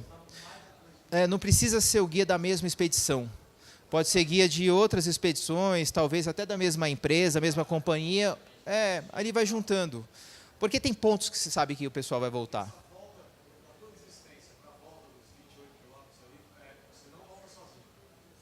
Não, você volta, mas espaçadamente, porque ali é um trekking. Ali é um trecho longo, vazio, aberto. Fácil, é uma trilha. E você consegue ver as pessoas bem ao longe, assim. E tem realmente, não tem uma trilha específica, mas é tudo pedra, é tudo plano. Tem no máximo ali uma elevação ou outra, mas a maior parte do caminho é plano. Então, para fazer um trekking ali é super de boa, aí, sem guia mesmo. Obviamente, se você quiser ver alguma coisa mais específica, porque dali dá para ir para a Plaça Francia, que é o outro lado do Aconcagua, onde é a escalada sul, que é mais difícil de todas, a mais técnica, e para você ver esse paredão, daí você precisa de um guia, porque é um caminho um pouco mais complicado. Mas para chegar até Plaza de Mulas, até dá para ir tranquilo, de boa, assim, sem grandes orientações, sem guia. Dá para ir. Essa frustração foi me matando durante 365 dias do ano. 2 dias depois que eu voltei, era Natal, fui para minha casa no interior, minha família é enorme, muita gente, muito barulho. Imagina você que está num ambiente silencioso desse, de repente você cai lá, aquele barulho. E eu estava lá moado, né? Estava quieto. E o que passava pela minha cabeça a todo momento era assim, o que eu fiz de errado? Será que eu me esforcei demais? Será que eu me esforcei de menos? Será que eu comi demais, comi de menos? O que eu fiz de errado? O que eu fiz de errado? Foi um Natal muito estranho para mim e para minha família, que não estava acostumado a me ver daquele jeito, ali no canto, e aquela frustração me acompanhou durante 365 dias. Por vezes ela me ajudou, por vezes ela me deu força, mas por outras vezes tantas ela também me derrubou. E nesse trajeto todo dessa frustração, tentando me derrubar, eu ia me abastecendo de motivações, de inspirações. Eu lembro dessa frase do Senna aqui que eu li, e ela bateu muito forte para mim, porque tinha muito a ver com o meu momento. É justamente nos momentos difíceis e nas situações de frustração que se comprova a força e o caráter de cada um, tornando os problemas e a frustração em estímulos para dar a volta por cima. Eu achei esse pensamento muito legal, muito bacana, porque era o meu momento. E se eu tiver que traduzir em palavras o que foram aqueles 365 dias ali, desde a minha frustração até a outra tentativa que eu não sabia que se iria se realizar, foi a tentativa minha de transformar todo dia a frustração em força. Tentar transformar a frustração em força. E puxando força da onde? Aí você vai descobrir no seu interior. Aí você vai trabalhando na sua mente, você vai tentando buscar ensinamentos do que você aprendeu até então. Foi então que eu comecei a fazer um review assim, do que eu tinha aprendido na montanha nessa minha primeira frustração. O que eu aprendi? Valeu a pena ter ido? O que eu trouxe de lá? Bom, eu aprendi que eu tenho diarreia com 5.000 metros. Eu aprendi a usar os trekking poles, que eu não usava direito, não tinha técnicas para usar eles na subida e descida. Aprendi as roupas necessárias, as camadas necessárias para se subir até o cume. Aprendi que eu teria que ter um treinamento mais específico, eu precisava treinar mais aclives. A hidratação, será que dava para melhorar? Porque esse pozinho também desse suco não é legal, né? Porque tem açúcar, tem um monte de coisa ali, e depois de alguns dias tomando aquilo, 3, 4, 5 litros por dia, no dia do cume são 3 litros que você leva, nem a mais nem a menos, mas todos os dias você vai tomando ali 5 litros pela hidratação, porque a desidratação é um fator muito forte na montanha, isso pode acontecer. Eu percebi que, passado alguns dias, aquilo é ácido para o seu estômago, para o seu intestino, então aquilo te machuca. É ruim, começa a dar uma queimação. Então, devia ter alguma coisa melhor para hidratar. Alimentação. Eu precisava de algum suplemento. Eu nunca tinha usado suplemento na minha vida. Falei, eu preciso de uma suplementação. Mochila. A mochila que eu fui para a Aconcagua pela primeira vez foi a mesma que eu usei em Huayna Potosí, há 9 anos. Eu fiquei pensando comigo, falei, pô, a tecnologia deve ter avançado alguma coisa. Equipamento. Eu aluguei todo o meu equipamento para ir para o Aconcagua essa primeira vez. Pesado. Equipamento pesado.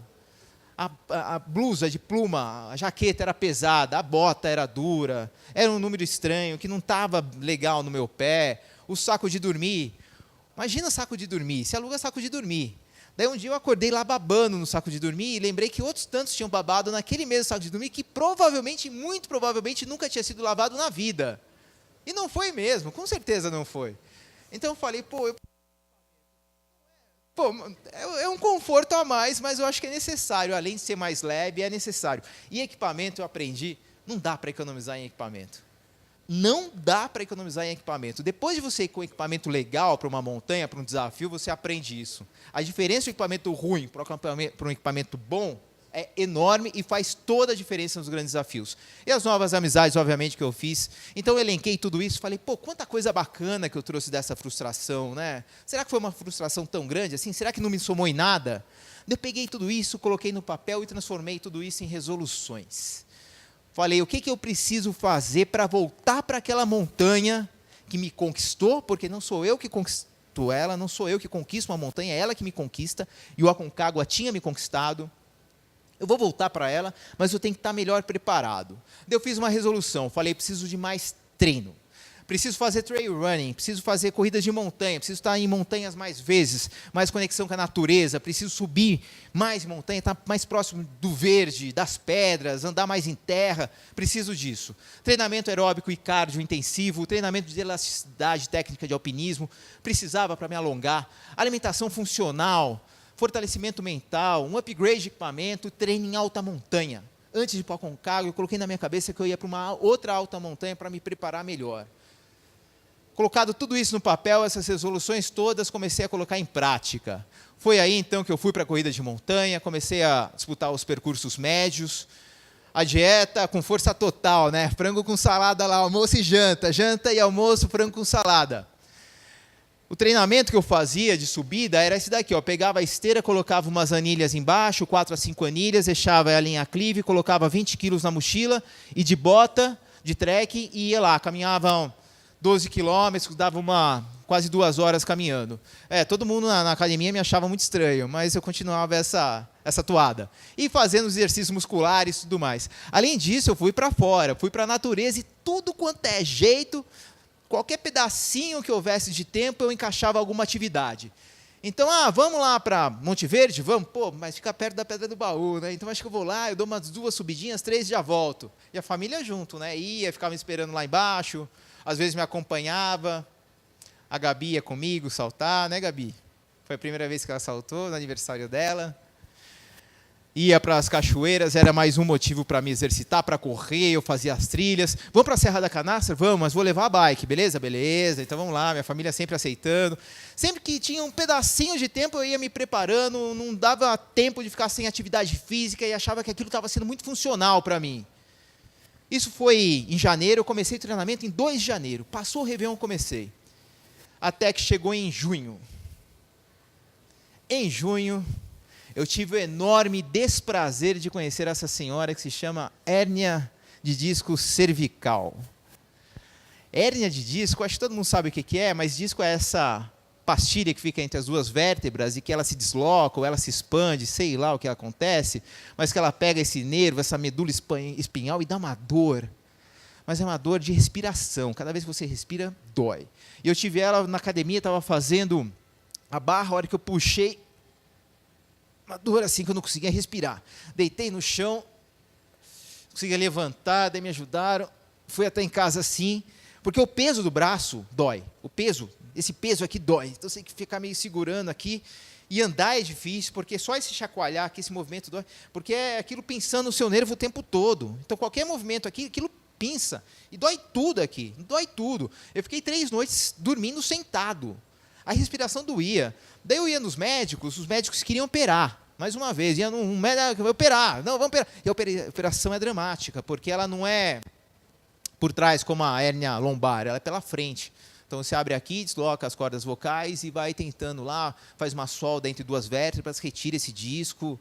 É dramática e você não pode esbarrar na medula, porque senão você pode perder os movimentos. E a todo momento, os médicos todos que eu consultei, 3 médicos falavam a mesma coisa, uma operação dramática, mas não tem jeito, tem que operar. Até que eu fui no quarto e ele falou que não precisava operar, vamos tentar um outro treinamento. Daí eu fiquei com o quarto. Falei, ok, vamos então fazer esse treinamento mais conservador. Mas nisso tudo, aquela frustração veio de novo, porque afinal de contas, estava 6 meses me preparando. Puxa vida, estava me sentindo no ápice do treinamento, estava me sentindo super bem, eu estava objetivando voltar para a montanha em novembro, portanto, era bem no meio do treinamento para voltar para a montanha de novo. Pô, estava bem, a alimentação estava saudável, eu estava me sentindo treinado. Pô, agora vem esse negócio que paralisou todo o meu treinamento. Foram 30 dias parados, sem fazer movimentação nenhuma, sem nada. Daí esse outro médico me falou para fazer a fisioterapia.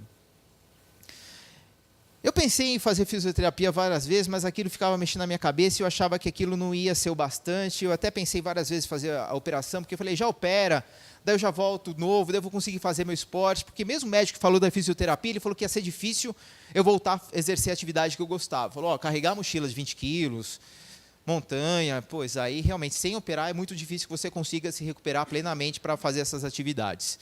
Isso tudo ficou na minha cabeça, essa frustração toda voltou. Essa imagem também não me saía da cabeça, assim como a frustração. Essa imagem aqui, essa imagem de cólera.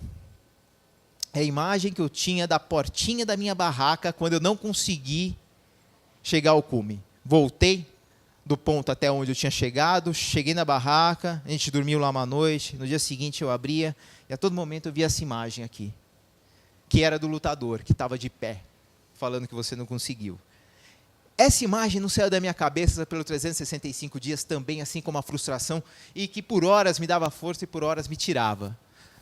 Enquanto eu estava nessa loucura toda, dessa frustração mais uma vez, dessa tentativa de me recuperar e não conseguia, eu lembro que eu li essa frase aqui, não destrua seus sonhos, destrua seus limites, e ela veio para mim como uma força mesmo. Mais um plugin assim para me ajudar a transformar minha frustração em força. Não destrua seus sonhos, destrua seus limites. Era isso que eu precisava fazer, porque meu sonho continuava lá, meu sonho continuava aceso. Eu precisava voltar para a montanha, ela estava me chamando, ela me conquistou. Eu tenho que voltar para lá. Como que eu vou levar essa frustração de não conseguir chegar lá em cima e não ver todo aquele esplendor, nem sequer uma vez? Depois que tudo isso ficou sendo trabalhado na minha cabeça, eu consegui me reerguer. 30 dias sem fazer exercício nenhum, daí 15 dias depois eu voltei a fazer exercício só com os membros inferiores, e comecei a fazer fisioterapia, e aqui eu agradeço ao Saulo. O Saulo me ajudou muito nesse início de fisioterapia, e foi uma dica do coletivo, que me ajudou muito também nesse início, a hora que eu tive lá essa hérnia, que a bola estava caindo, conseguiu manter a bola levantada. E foi legal, Saulão, que enquanto você fazia a fisioterapia, a gente ia trocando ideia a respeito do esporte, talvez seja uma coisa que você nem saiba, mas aquilo me inspirou muito, porque era muito legal trocar aquele tipo de informação com alguém que sabe o que aquilo significa para você. Isso é importante, aquilo me motivava. Então, além, obviamente, de me preparar fisicamente para o meu retorno, estava me preparando mentalmente. Valeu, Saulo. O Saulo me ajudou muito na fisioterapia nessa volta. Daí eu voltei com tudo, eu queria me recuperar. Recuperei minhas forças e falei, eu vou voltar com tudo. Daí eu comecei a buscar tudo que fosse possível para me recuperar fisicamente, fisioterapia. Daí eu fui fazer quiropraxia, que me ajudou muito também. Achei um chinês lá que fazia um tratamento estranho, colocava esse aparelho aí na boca. É o Clebão. Foi o Giga Spinelli que me indicou, inclusive. Colocava esse aparelho aí entre a boca e o queixo e deixava o pescoço esticado um tempo. Acupuntura com choque. Daí eu fiz todo o check-up necessário. Tudo aquilo que eu não fiz para as montanhas anteriores, eu fiz para essa. Fiz pressão, fiz coração, fiz tudo tudo que era necessário para a saúde estar ok, eu fiz. E fui liberado, e aquilo ia melhorando, 30 dias parado, 15 dias voltei a treinar membros inferiores, 45 depois eu estava legal, daí eu comecei a fazer todos os exercícios que eu tinha parado. Daí eu fui para a casa de pedra, comecei a escalar na casa de pedra, era legal para mim elasticidade, para o alongamento. Os equipamentos, todo mundo que ia viajar, eu pedi para o pessoal trazer. Pô, tá onde? Pô, então vou comprar um capacete, mandar aí, você traz, trago. Pô, uma piqueta, traz. Eu lembro quando eu pedi para um amigo meu trazer a piqueta, o piolê. Pô, mas é um machado. Falei, mas traz aí, traz aí. E ele trouxe, porque comprar aqui realmente o equipamento é muito mais caro, né? Então, se você tem essa facilidade, é recomendável. Eu ia juntando esse equipamento de todo mundo que ia trazendo, fazendo a fisioterapia, fazendo agora 24 quilômetros na corrida de montanha, peguei até pódio numa corrida longa, comecei a fazer as distâncias mais longas, e o treinamento que era antes de esteira, eu comecei a fazer na escada. Eu moro no 16º andar, meu prédio tem 25, eu colocava 20 quilos nas costas, colocava bota e subia 25 andares de escada, descia os 25 andares com a mochila, subia de novo, fazia 8 a 10 vezes isso, 2 vezes por semana. E quando não isso, eu fazia 15 a 16 quilômetros de corrida na esteira. Então, eu estava me preparando de forma cardiovascular e também de forma aeróbica.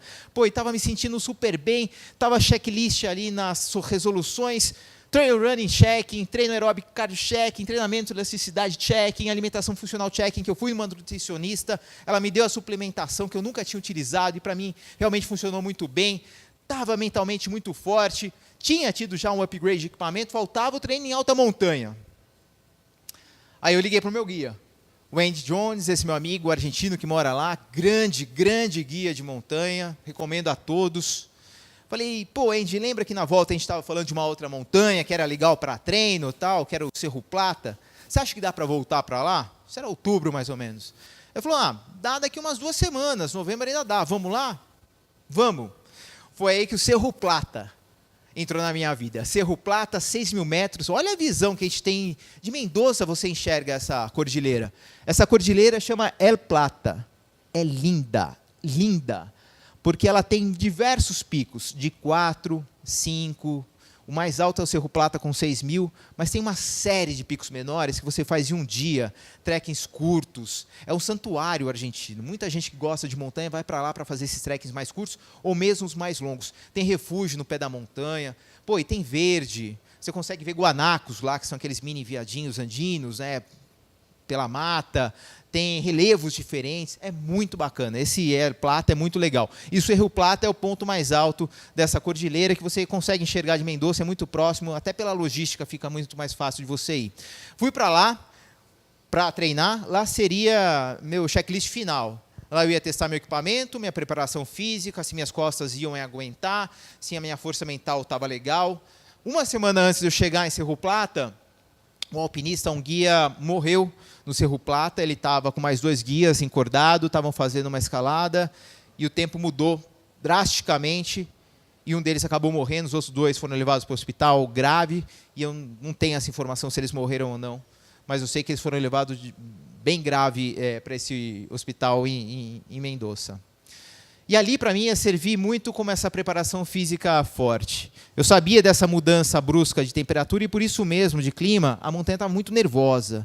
As pessoas do refúgio estavam nervosos, todo mundo estava ali próximo, estava nervoso. Porque quando acontece isso numa montanha, a montanha como um todo fica bastante nervosa, a montanha fica nervosa. Só que ali, para mim, foi muito bacana porque eu pude treinar e ter um foco que eu nunca tinha experimentado.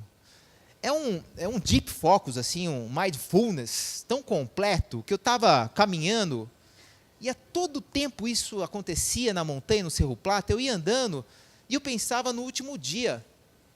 Eu já estava pensando no cume. E eu estava andando, era quase espiritual. Eu não sentia quase meu corpo sendo levado. Eu sentia minha cabeça do controle de tudo. Era uma sensação muito próxima com a qual eu tive em Huayna Potosí. Era o querer muito, e era a minha cabeça que estava no controle. O tempo estava horrível, estava mal, estava ventando, não dava para enxergar nada por certos momentos, mas aquilo não estava me atingindo, aquilo estava bacana, eu estava gostando de estar ali. Afinal de contas, imagina, eu quase tive que jogar tudo para o alto por causa da hérnia de disco, eu estava lá, contrariando muitas pessoas que haviam dito, inclusive médico falando que não ia conseguir voltar naquele ano, e eu já estava ali, poucos meses depois, no Cerro Plata, tentando chegar em 6.000 metros, eu estava conseguindo e não estava doendo minhas costas. Estava demais. Meu foco estava muito no último dia. Para chegar no cume do Cerro Plata, a gente chegou no refúgio, levou tudo para o último acampamento, El Salto, voltou, e daí sim a gente veio fazendo a aclimatação ponto a ponto. Vai para a primeira parada, depois sobe para a segunda, Pedras Grandes, até chegar em El Salto, e daí tem mais um acampamento avançado ainda, que é lá Ollada, que é o último ponto antes de tentar o cume, que também são 9 horas de deslocamento do último acampamento até o cume. Então, é um tempo muito similar ao Aconcagua, e as adversidades de tempo, de clima, são muito próprias também, próximas ao Aconcagua, por isso é um ótimo treino preparatório para o Aconcagua. E lá fui eu. A 5.000 metros, já estava escolado, tinha Mosaic comigo, 6 Mosaics dessa vez, porque 5 eu já tinha ido. Como tinha ido ainda, tomei 6 Mosaics. Eu falei isso para minha esposa, ela queria me matar quando eu voltei. Mas tomei 6 porque eu não queria nem ter a passagem daquilo por mim. Então tomei 6 quando cheguei em 5.000 metros. E é incrível que você toma 6, daí a hora que você volta para o acampamento base, está tudo normal, parece que tomou nada. Sai bonitinho. Falei, putz, que estranho. Daí fui lá, enfim, esse Deep Focus funcionou muito bem, o tempo mudando drasticamente, assim como mudou também no dia que antecedeu a nossa tentativa no cume. A gente chegou no último acampamento lá, às 3 horas da tarde, e às 4 da manhã, 4h30, a gente ia sair em direção ao cume. A neve cai. Ela piorou bastante agora.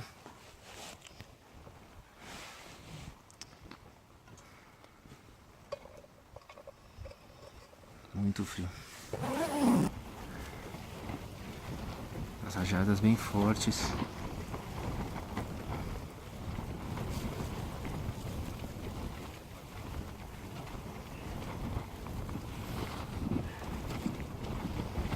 São 4h23. Estamos saindo para tentar o cume.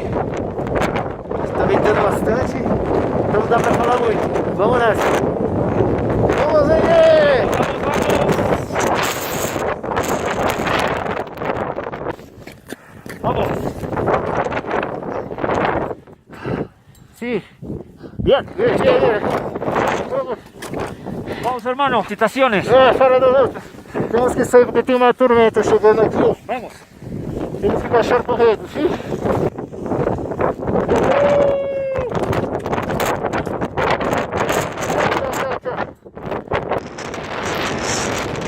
Lembra dessa montanha na ilha, como ela estava linda? Agora. A gente está vindo do cume. Olha o vento.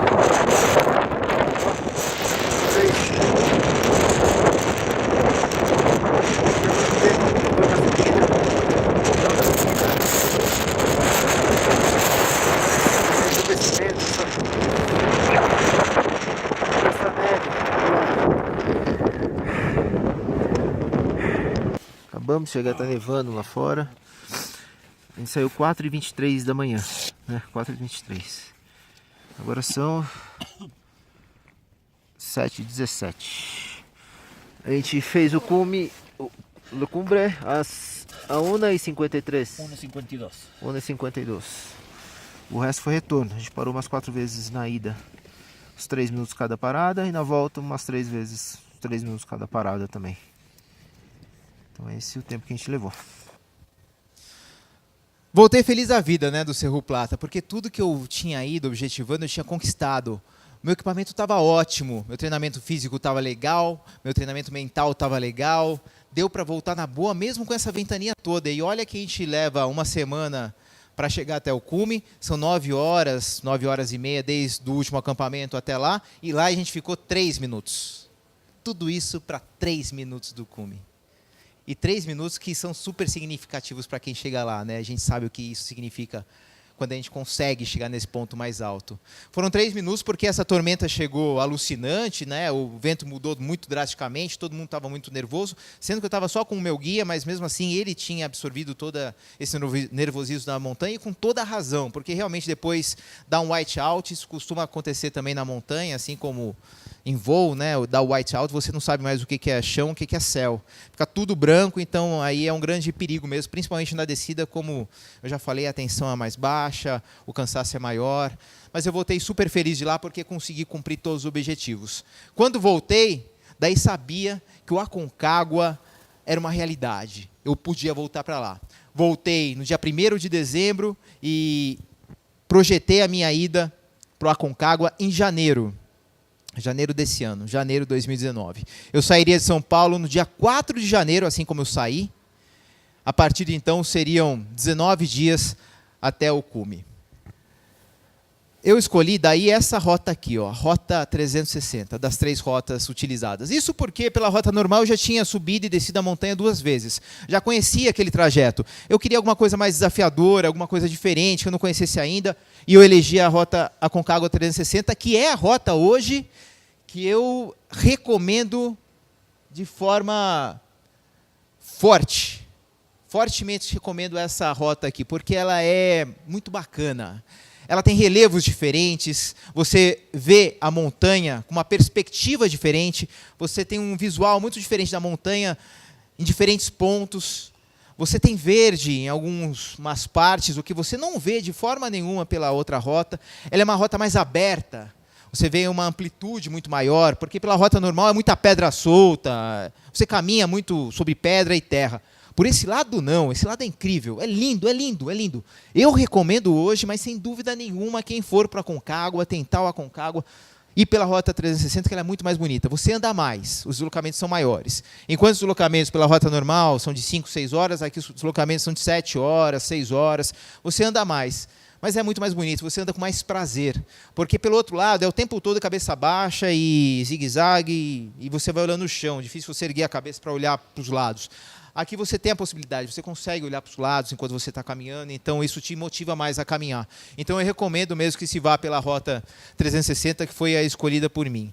E é curioso porque a partir de Plaza Argentina, que é o mesmo campo, a mesma altura de Plaza de Mulas, pela rota normal, você tem 2 acampamentos dos 2 lados. Acampamento 1, acampamento 1, acampamento 2, acampamento 2 e o acampamento 3 é o mesmo. Então todos chegam em Cólera e a partir de Cólera é o mesmo caminho. Então obviamente que eu não perderia nada da montanha. Foi aí que eu decidi então ir pela Rota 360. Tudo ia muito bem, já estava preparado, 4 de janeiro ia embarcar, véspera do Réveillon. Aconteceu alguma coisa no meu dente. Sensibilidade extrema, era um problema que eu tinha de forma constante, em todas as montanhas que eu fui, eu tinha esse problema, tanto é que na vez anterior tinha viajado até com plaquinha de flúor, e esse é um problema que acontece na montanha constantemente. Se tem alguma coisa que está mal, ela vai ficar muito pior na montanha. E o canal é uma coisa que costuma até explodir na montanha, o dente explode devido à pressão. Isso tem relatos de operações sendo feitas na boca. Você já pensou ter que voltar de uma montanha por causa do dente? Isso não passava pela minha cabeça. Então, qualquer dor eu ia lá, recorria a dentista, mas era a véspera de Réveillon, liguei para mim, estava viajando, busquei 4 dentistas, todos falaram, oh, não tem nada, vai tranquilo. Beleza, era aquele degrau da montanha que ela vai te colocando e vai te forçando a subir mais um, para ver se você quer mesmo chegar lá em cima. E me deu também uma tosse com catarro, meu pulmão estava cheio. Pô, como que eu vou para uma alta montanha desse jeito? Buscando pneumo também no Réveillon, também foi uma loucura. 1, 2, 3, 4, na 4ª tentativa, encontrei um amigo de um amigo, tinha uma amiga lá que era pneumo, ela foi lá, mandou fazer todos os exames possíveis, fiz ultrassom, fiz raio-x, fiz uma porrada de coisa. Não tinha nada, só uns pontinhos pretos que ela falou assim, não, mas isso daí não é nada, pode ir tranquilo. Beleza, checklist feito no Cerro Plata. E quanto à saúde, tudo em perfeito estado? Ok, vou lá para a Aconcagua, daí, meus amigos, daí foi uma maravilha. Aconcagua 2, passei pelo primeiro acampamento, Casa de Pedras, passei pelo segundo, Punta de Lenhas, cheguei no terceiro, que daí sim é o acampamento base pelo lado 360, chamado Plaza Argentina, que é na mesma altitude de Plaza de Mulas, pela rota normal. Eu já tinha visto muita remoção sendo feita pelo lado da rota normal, em Plaza de Mulas. O helicóptero chega e retira alguém que não está em bom estado. Mas eu vi muito mais em Plaza Argentina.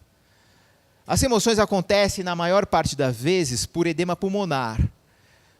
O pulmão se enche de água, ou tem um acúmulo de água, e você acaba sendo retirado, e você percebe visivelmente nas pessoas que estão com esse tipo de sintoma, porque elas andam cambaleando pelo acampamento. Você vê isso, a pessoa está toda meio torta, assim, a cara dela não está legal, você percebe que ela não está bem. E num dia, eu vi 5 remoções de helicóptero. Chega lá, daí o guia vai com o cliente, coloca dentro do helicóptero, vai direto para Mendoza, para o hospital, e lá fica, e acabou a montanha. Acabar a montanha no campo base. Dureza, hein? Em cada campo base desses, seja no Argentina ou no Plaza de Mulas, tem um médico, que é quem te dá o aval para você continuar a subida na montanha. Ele checa ali pressão, coração, vê se está tudo bem com o seu pulmão, e te fala se pode ir ou não. Eu não estava bem. Eu estava bem mentalmente, mas o meu corpo não estava legal. Aquele pulmão lá, ele não tinha se recuperado totalmente. Eu estava com um catarro e aquilo foi piorando, foi transformando uma gripe, resfriado. Não sei o que era. Eu fui experimentando desde o acampamento 1, lá embaixo, antes de chegar ao acampamento base, em Casa de Pedras, em Punta de Lenhas, antes de chegar no Plaza Argentina, eu vim experimentando comprimidos diferentes que eu tinha na minha farmacinha. Fui testando um outro. Não dá para falar nada disso perto de médico, né? Mas eu fui testando um, outro, para ver se melhorava. Não melhorou. Também não piorou, mas não melhorou. Mas quando eu cheguei em Plaza Argentina, aí eu estava bem mal mesmo, estava com muito catarro, estava tossindo forte. E o médico, quando viu, não me autorizou a subir de imediato. No dia seguinte, a gente tinha uma subida para o acampamento 1 para levar equipamento. Acabei abrindo mão dessa subida e subiria 2 dias depois, se eu pudesse, com o meu equipamento acumulado. Ele então me deu um antibiótico e falou, você tem que eliminar isso daí em 2 dias. O antibiótico é para 5 dias, mas você tem 2 dias para eliminar. Se não der, você volta para Mendoza. Puxa, mais um degrau, né? Pô, quanto que essa montanha quer me testar, né, para ver se eu quero chegar no cume dela ou não?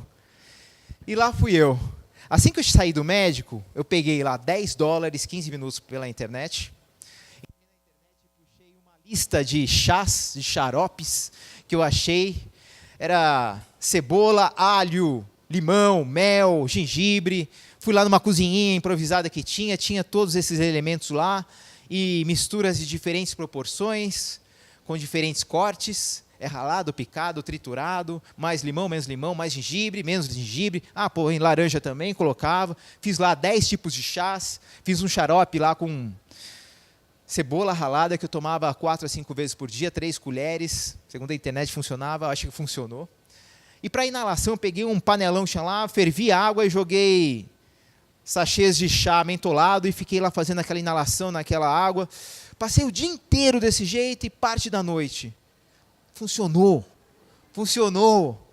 Não importava o trabalho que tinha dado, o quanto eu tinha me desgastado, mas a verdade é que eu queria tanto que o dia inteiro e a parte da noite parece que foram pouco. Porque no dia seguinte, a hora que eu cheguei no médico, ele fez lá novamente a revisão. Falou, tem mais um pouquinho de catarro aqui. Mas dá para ir. Dá para ir que isso você vai eliminando o caminho. Puxa, mais uma vez, a equipe toda ali ficou em festa, né? O guia, o auxiliar do guia, meus companheiros de jornada. Novamente ali a gente ficou em festa porque eu ia conseguir finalmente tentar mais uma vez o Aconcagua. Estava de volta na briga, estava tentando novamente chegar ao cume da Aconcagua. Saindo do Plaza Argentina, de Plaza Argentina, a gente tem mais 2 acampamentos. Acampamento 1, acampamento 2. Daí sim se chega em Cólera, que é o último acampamento, que é o mesmo acampamento que a gente tem, o mais alto também, pela rota normal. Durante esse trajeto, é muito bacana, porque você vai tendo diferenças de relevo. Por aqui já dá para ver, as fotos pela rota normal são pedras, é muito ocre, é pedra e é terra. Por isso que eu recomendo mais uma vez, quem for, tente a rota 360. Ela é muito mais amigável, muito mais bonita, visualmente ela é sensacional. Aí chegamos no acampamento 3, Cólera, onde eu revi aquela imagem, aquela foto que ficou na minha cabeça durante os 365 dias. Chegamos ao acampamento 3, Cólera, de onde eu passei o ano passado. Até metade, então para mim...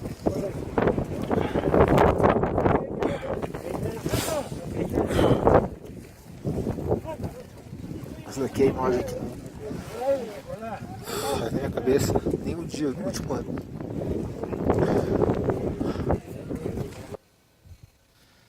Foi essa imagem. E olhando agora, até eu me emociono, porque realmente foi um ponto muito decisivo para mim, aquele acampamento. Eu vim trabalhando com ele durante o ano inteiro, durante 65 dias, aquela imagem não saía da minha cabeça, o meu reencontro com essa imagem foi muito forte, porque eu estava me sentindo muito forte dessa vez, diferente da vez anterior. E daí a gente começa a escalada. A gente levanta acorda às 3 horas, sai da barraca às 5 horas da manhã, começa por aquela noite que parece que não vai ter fim, e chega até Plaza Independência, onde é a primeira parada para valer, 10 minutos. Parece, e hoje até eu fico pensando se o descanso, esses momentos de parada, valem para descanso ou para trabalho. Eu acho que a gente cansa menos se continuar caminhando. Porque nesses momentos de parada você tem que fazer tanta coisa que você vem acumulando na caminhada. Você vem pensando, não, vou tirar essa luva, vou arrumar essa blusa, vou arrumar essa bota, vou tirar meu goggles, vou colocar o óculos, a balaclava não está bem, chegando lá vou ter que colocar o grampon, mas para pegar tudo isso eu tenho que tirar o mittens, porque senão eu não consigo pegar as coisas. Eu vou me alimentar também, mas eu tenho que tirar a mochila, a água está aqui dentro da jaqueta. Você vai pensando tudo isso, e a hora que você tem 10 minutos na parada, você começa a fazer tudo isso muito rápido. É isso, e de repente deu. Você só não fez descansar no tempo de descanso. Não deu para descansar, não dá. Daí vamos, você já vai todo meio assim e vamos embora. A partir de Plaza Independência, quando o sol começa a surgir, parece que uma nova motivação vem. O brilho do sol parece que te dá uma nova força. Ali você coloca o grampon na bota dura, você começa aí então a caminhar no gelo. Até então você caminhava nas pedras pela rota normal, um pouco de gelo, um pouco de neve pelo outro caminho, e daí você coloca os grampons que é para andar no gelo, o gelo duro. Senão você escorrega com a bota plástica. Por isso que os grampons são muito importantes e a técnica de andar com eles também. Então você começa uma subida bem brusca, daí você chega no topo de um colo, daí desse colo você vai atravessar a montanha. Chama traverse. Esse traverse é como uma crista bem longa, onde os ventos vêm de todos os lados, porque é um lugar muito exposto, muito aberto. Ali o vento é muito forte. A orientação, quando você sai de Plaza Independência, é fechar tudo. Fecha tudo, não deixa nada exposto. nariz, vias aéreas, rosto, olho. O olho dói. Não sei se alguém já teve essa sensação de frio do olho doer, mas você pisca, o olho dói. Você sente até a pálpebra aquecendo o olho. E você começa a andar nessa crista, no traverse, e o passo é mais lento ainda. É difícil explicar, gente. É muito difícil traduzir em palavras o quanto você está se esforçando naquela altitude para caminhar. E, novamente, tudo manda você voltar. E ali você começa a ver lá no finalzinho daquele traverse muito longo, que vai demorar umas 2, 3 horas para você cumprir, tem umas pedras paradas lá. Lá é a cave, uma pequena gruta, onde é um ponto de descanso de 10 minutos, mas está muito longe. E no caminho desse traverse todo, você vai vendo muitas pessoas voltando. Ali é outro ponto onde as pessoas voltam, porque ali o vento é implacável mesmo. E ali você começa a perceber as pessoas perdendo as referências, tanto de caminhada, de perder a perna, de tentar sentar numa pedra, escorregar, cair. Daí você começa a ver o guia voltando já com alguém encordado, coloca uma corda assim em volta da cintura e vem puxando, ou orienta que a pessoa vá na frente e ela vai meio que segurando a pessoa para ela não escorregar, e ela passa por você, você não percebe essa pessoa nem um pouquinho lúcida. Ela passa realmente em um estado bastante debilitado, porque ali já tem uma altura bastante elevada. E você começa a andar nesse travesse, daí você chega nessa cave, nessa pequena gruta. A partir dali começa o trecho mais difícil desse último dia, que é a canaleta. A canaleta é uma cascata de pedras soltas, pedras pequenas, no meio de terra, e é uma subida super íngreme, bem íngreme, que por vezes você consegue até mesmo ajudar com a mão. E ali você usa o capacete, porque as pedras rolam mesmo. Então você tem que dar com o capacete e a todo momento alguém grita, rocha!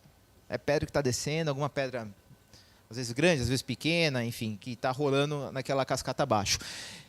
E na canaleta você dá um passo para frente e você desce 2, o que torna aquilo muito cansativo, muito.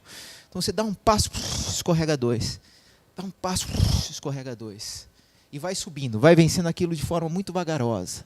Você sabe ainda que o cume está longe, mais umas 2, 3 horas para se chegar até lá. Você vence essa canaleta e no topo dela tem um colo. Tem mais um colo para ser vencido. Mas dali do topo da canaleta você já começa a ouvir o burburinho do cume. Aquilo te dá uma nova motivação, porque você já começa a observar que está perto. Está longe em termos de tempo, mas está mais perto do que antes. E você sabe que daquele ponto você não volta. Ali você não volta. Ali é um tal de um ajudar o outro. O seu guia falando, vem, vem, vem. Daí seu companheiro que está próximo falando, vai, vai, mais um pouco. Daí você fala para ele também, não, vem, vem mais um pouco. Você não sabe quem está pior, mas é um ajudando o outro. E a gente vai indo ali. É lento, você dá um passo e para. Não é isso, Raimundo? Você que sabe bem das coisas lá do Nepal também. É difícil explicar isso, né? Você dá um passo e para. Não dá, gente, para dar 2. Você dá um passo e para. Dá um passo e para. Daí tem o último pedacinho, que é essa altura, a altura dessa árvore. Você está aqui e tem que subir isso para chegar no cume. O cume está aqui, o platô está aqui. E você vai escalando essas poucas pedras que tem aqui, chega no cume, daí você olha do lado, você vê aquela cruz do Aconcagua, que você tanto sonhou, que você deixou no pôster do seu escritório o tempo todo para você ficar olhando, falar, eu vou estar aí, eu vou estar aí. Daí você chega nesse platozinho, olha para ela e você está lá. Putz, a ficha não cai. A ficha não cai. Você está lá, mas parece que não está. Você conseguiu chegar lá. Mas até você entender que você está lá, demora. Mas é aí que você começa a pensar em tudo que te levou até lá, e você percebe o quanto tudo que você fez até chegar lá valeu a pena. Daí você percebe que o caminho, ele vale muito a pena. Que o que vale é ele. Porque caminho é aquilo que te leva de um ponto a outro. E o caminho, ele vale a pena porque é ele que te leva ao topo. É ele que te leva aonde você quer chegar. Independente do topo e da montanha que você quer ir.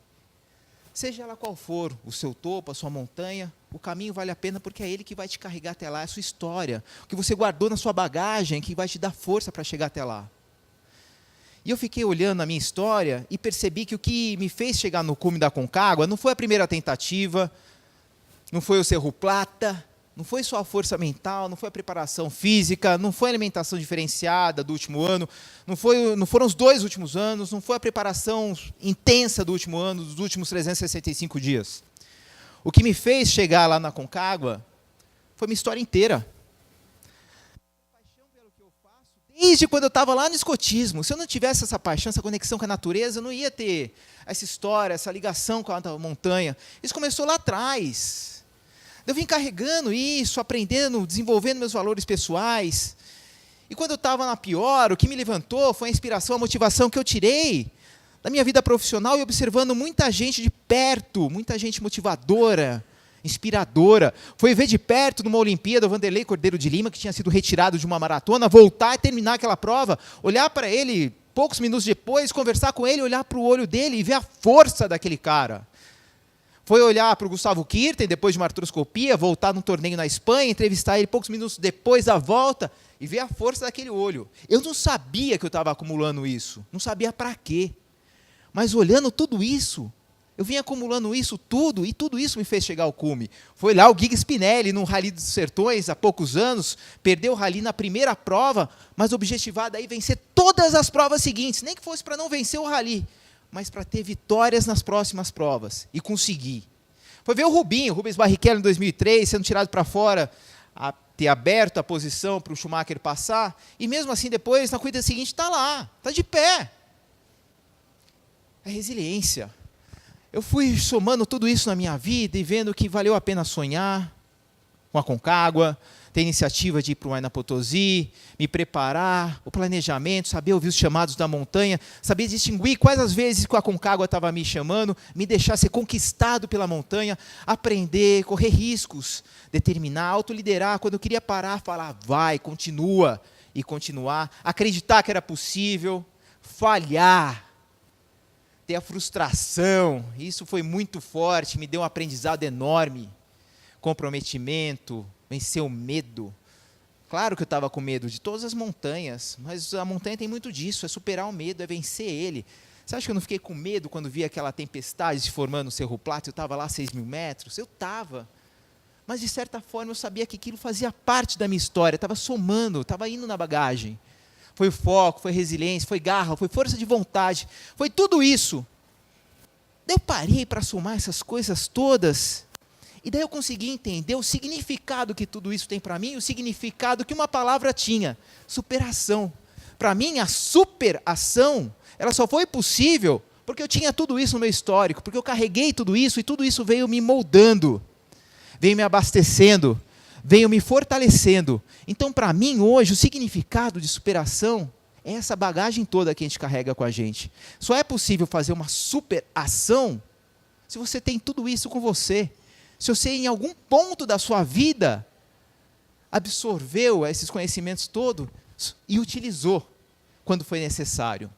Eu só cheguei no cume da Aconcagua, não só por causa disso tudo, mas porque eu tinha uma razão. E a razão, para mim, ela veio com essa explicação.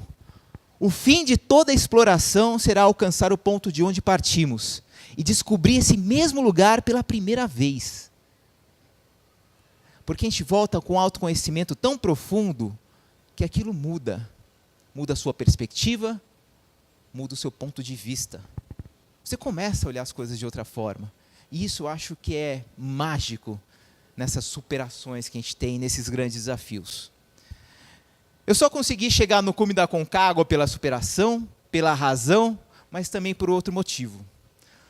Porque eu tinha um porquê. Essa frase, dita por Nietzsche, eternizada por Viktor Frankl, quem tem um porquê enfrenta qualquer como, é mais do que uma verdade. Eu não tinha um porquê, eu tinha 3. 2 deles estão aqui. Eu tinha 3 porquês. Essa imagem aqui, meu filho, de 7 anos, fez na parede de casa a minha tentativa anterior. Faz 2 anos que esse pôster está na parede da minha casa, na sala. Ele vinha me acompanhando, traqueando com a minha esposa, com a Marina, ponto a ponto, todos os pontos que eu ia passando na montanha, seja na primeira tentativa do Aconcagua, seja na segunda. Aqui é o Cerro Plata, um cone de isopor, onde também eles vinham marcando comigo todos os pontos que eu ia superando. Isso porque você não chega numa montanha sozinho. montanhismo não é um esporte solitário, individual. Porque em todos os momentos eles estavam comigo. Porque nas 4 horas diárias do meu treinamento, ao longo desses anos todos que eu tive que sair de casa, quem teve que ficar sozinho foram eles. Nas minhas férias, quem teve que abrir mão de mim para eu ir para uma montanha, para eu fazer um treinamento, ficar 20 dias fora, foram eles. Quem teve que me aguentar falando sobre montanha, os finais de semana não estando próximo, estando distante, fazendo uma prova de aventura, uma corrida de montanha, foram eles. Então, se eu não tivesse eles, obviamente que o cume ficaria impossível. E é por isso mesmo que quando eu cheguei no cume da Concagua, eu não falei, eu consegui.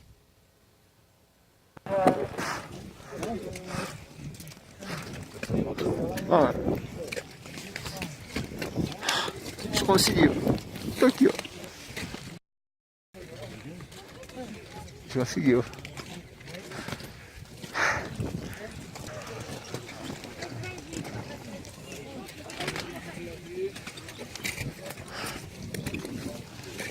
Conseguiu. A gente conseguiu.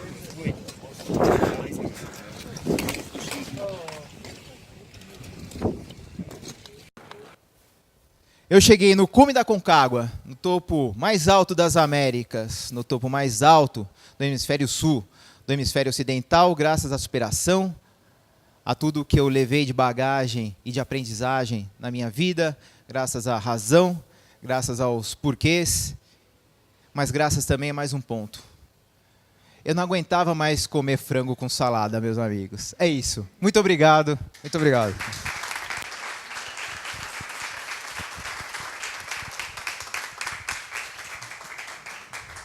Bom, essa foi a minha experiência pessoal. Obviamente, cada um vai ter a sua, mas espero que em algum ponto aí vocês tenham absorvido algo que sirva para vocês, e quero agradecer desde já o tempo, né? Algo tão precioso, como eu comecei falando, e vocês estão destinando esse tempinho para mim. Então eu agradeço muito mesmo vocês estarem aqui hoje. Muito obrigado, meus amigos. Muito obrigado.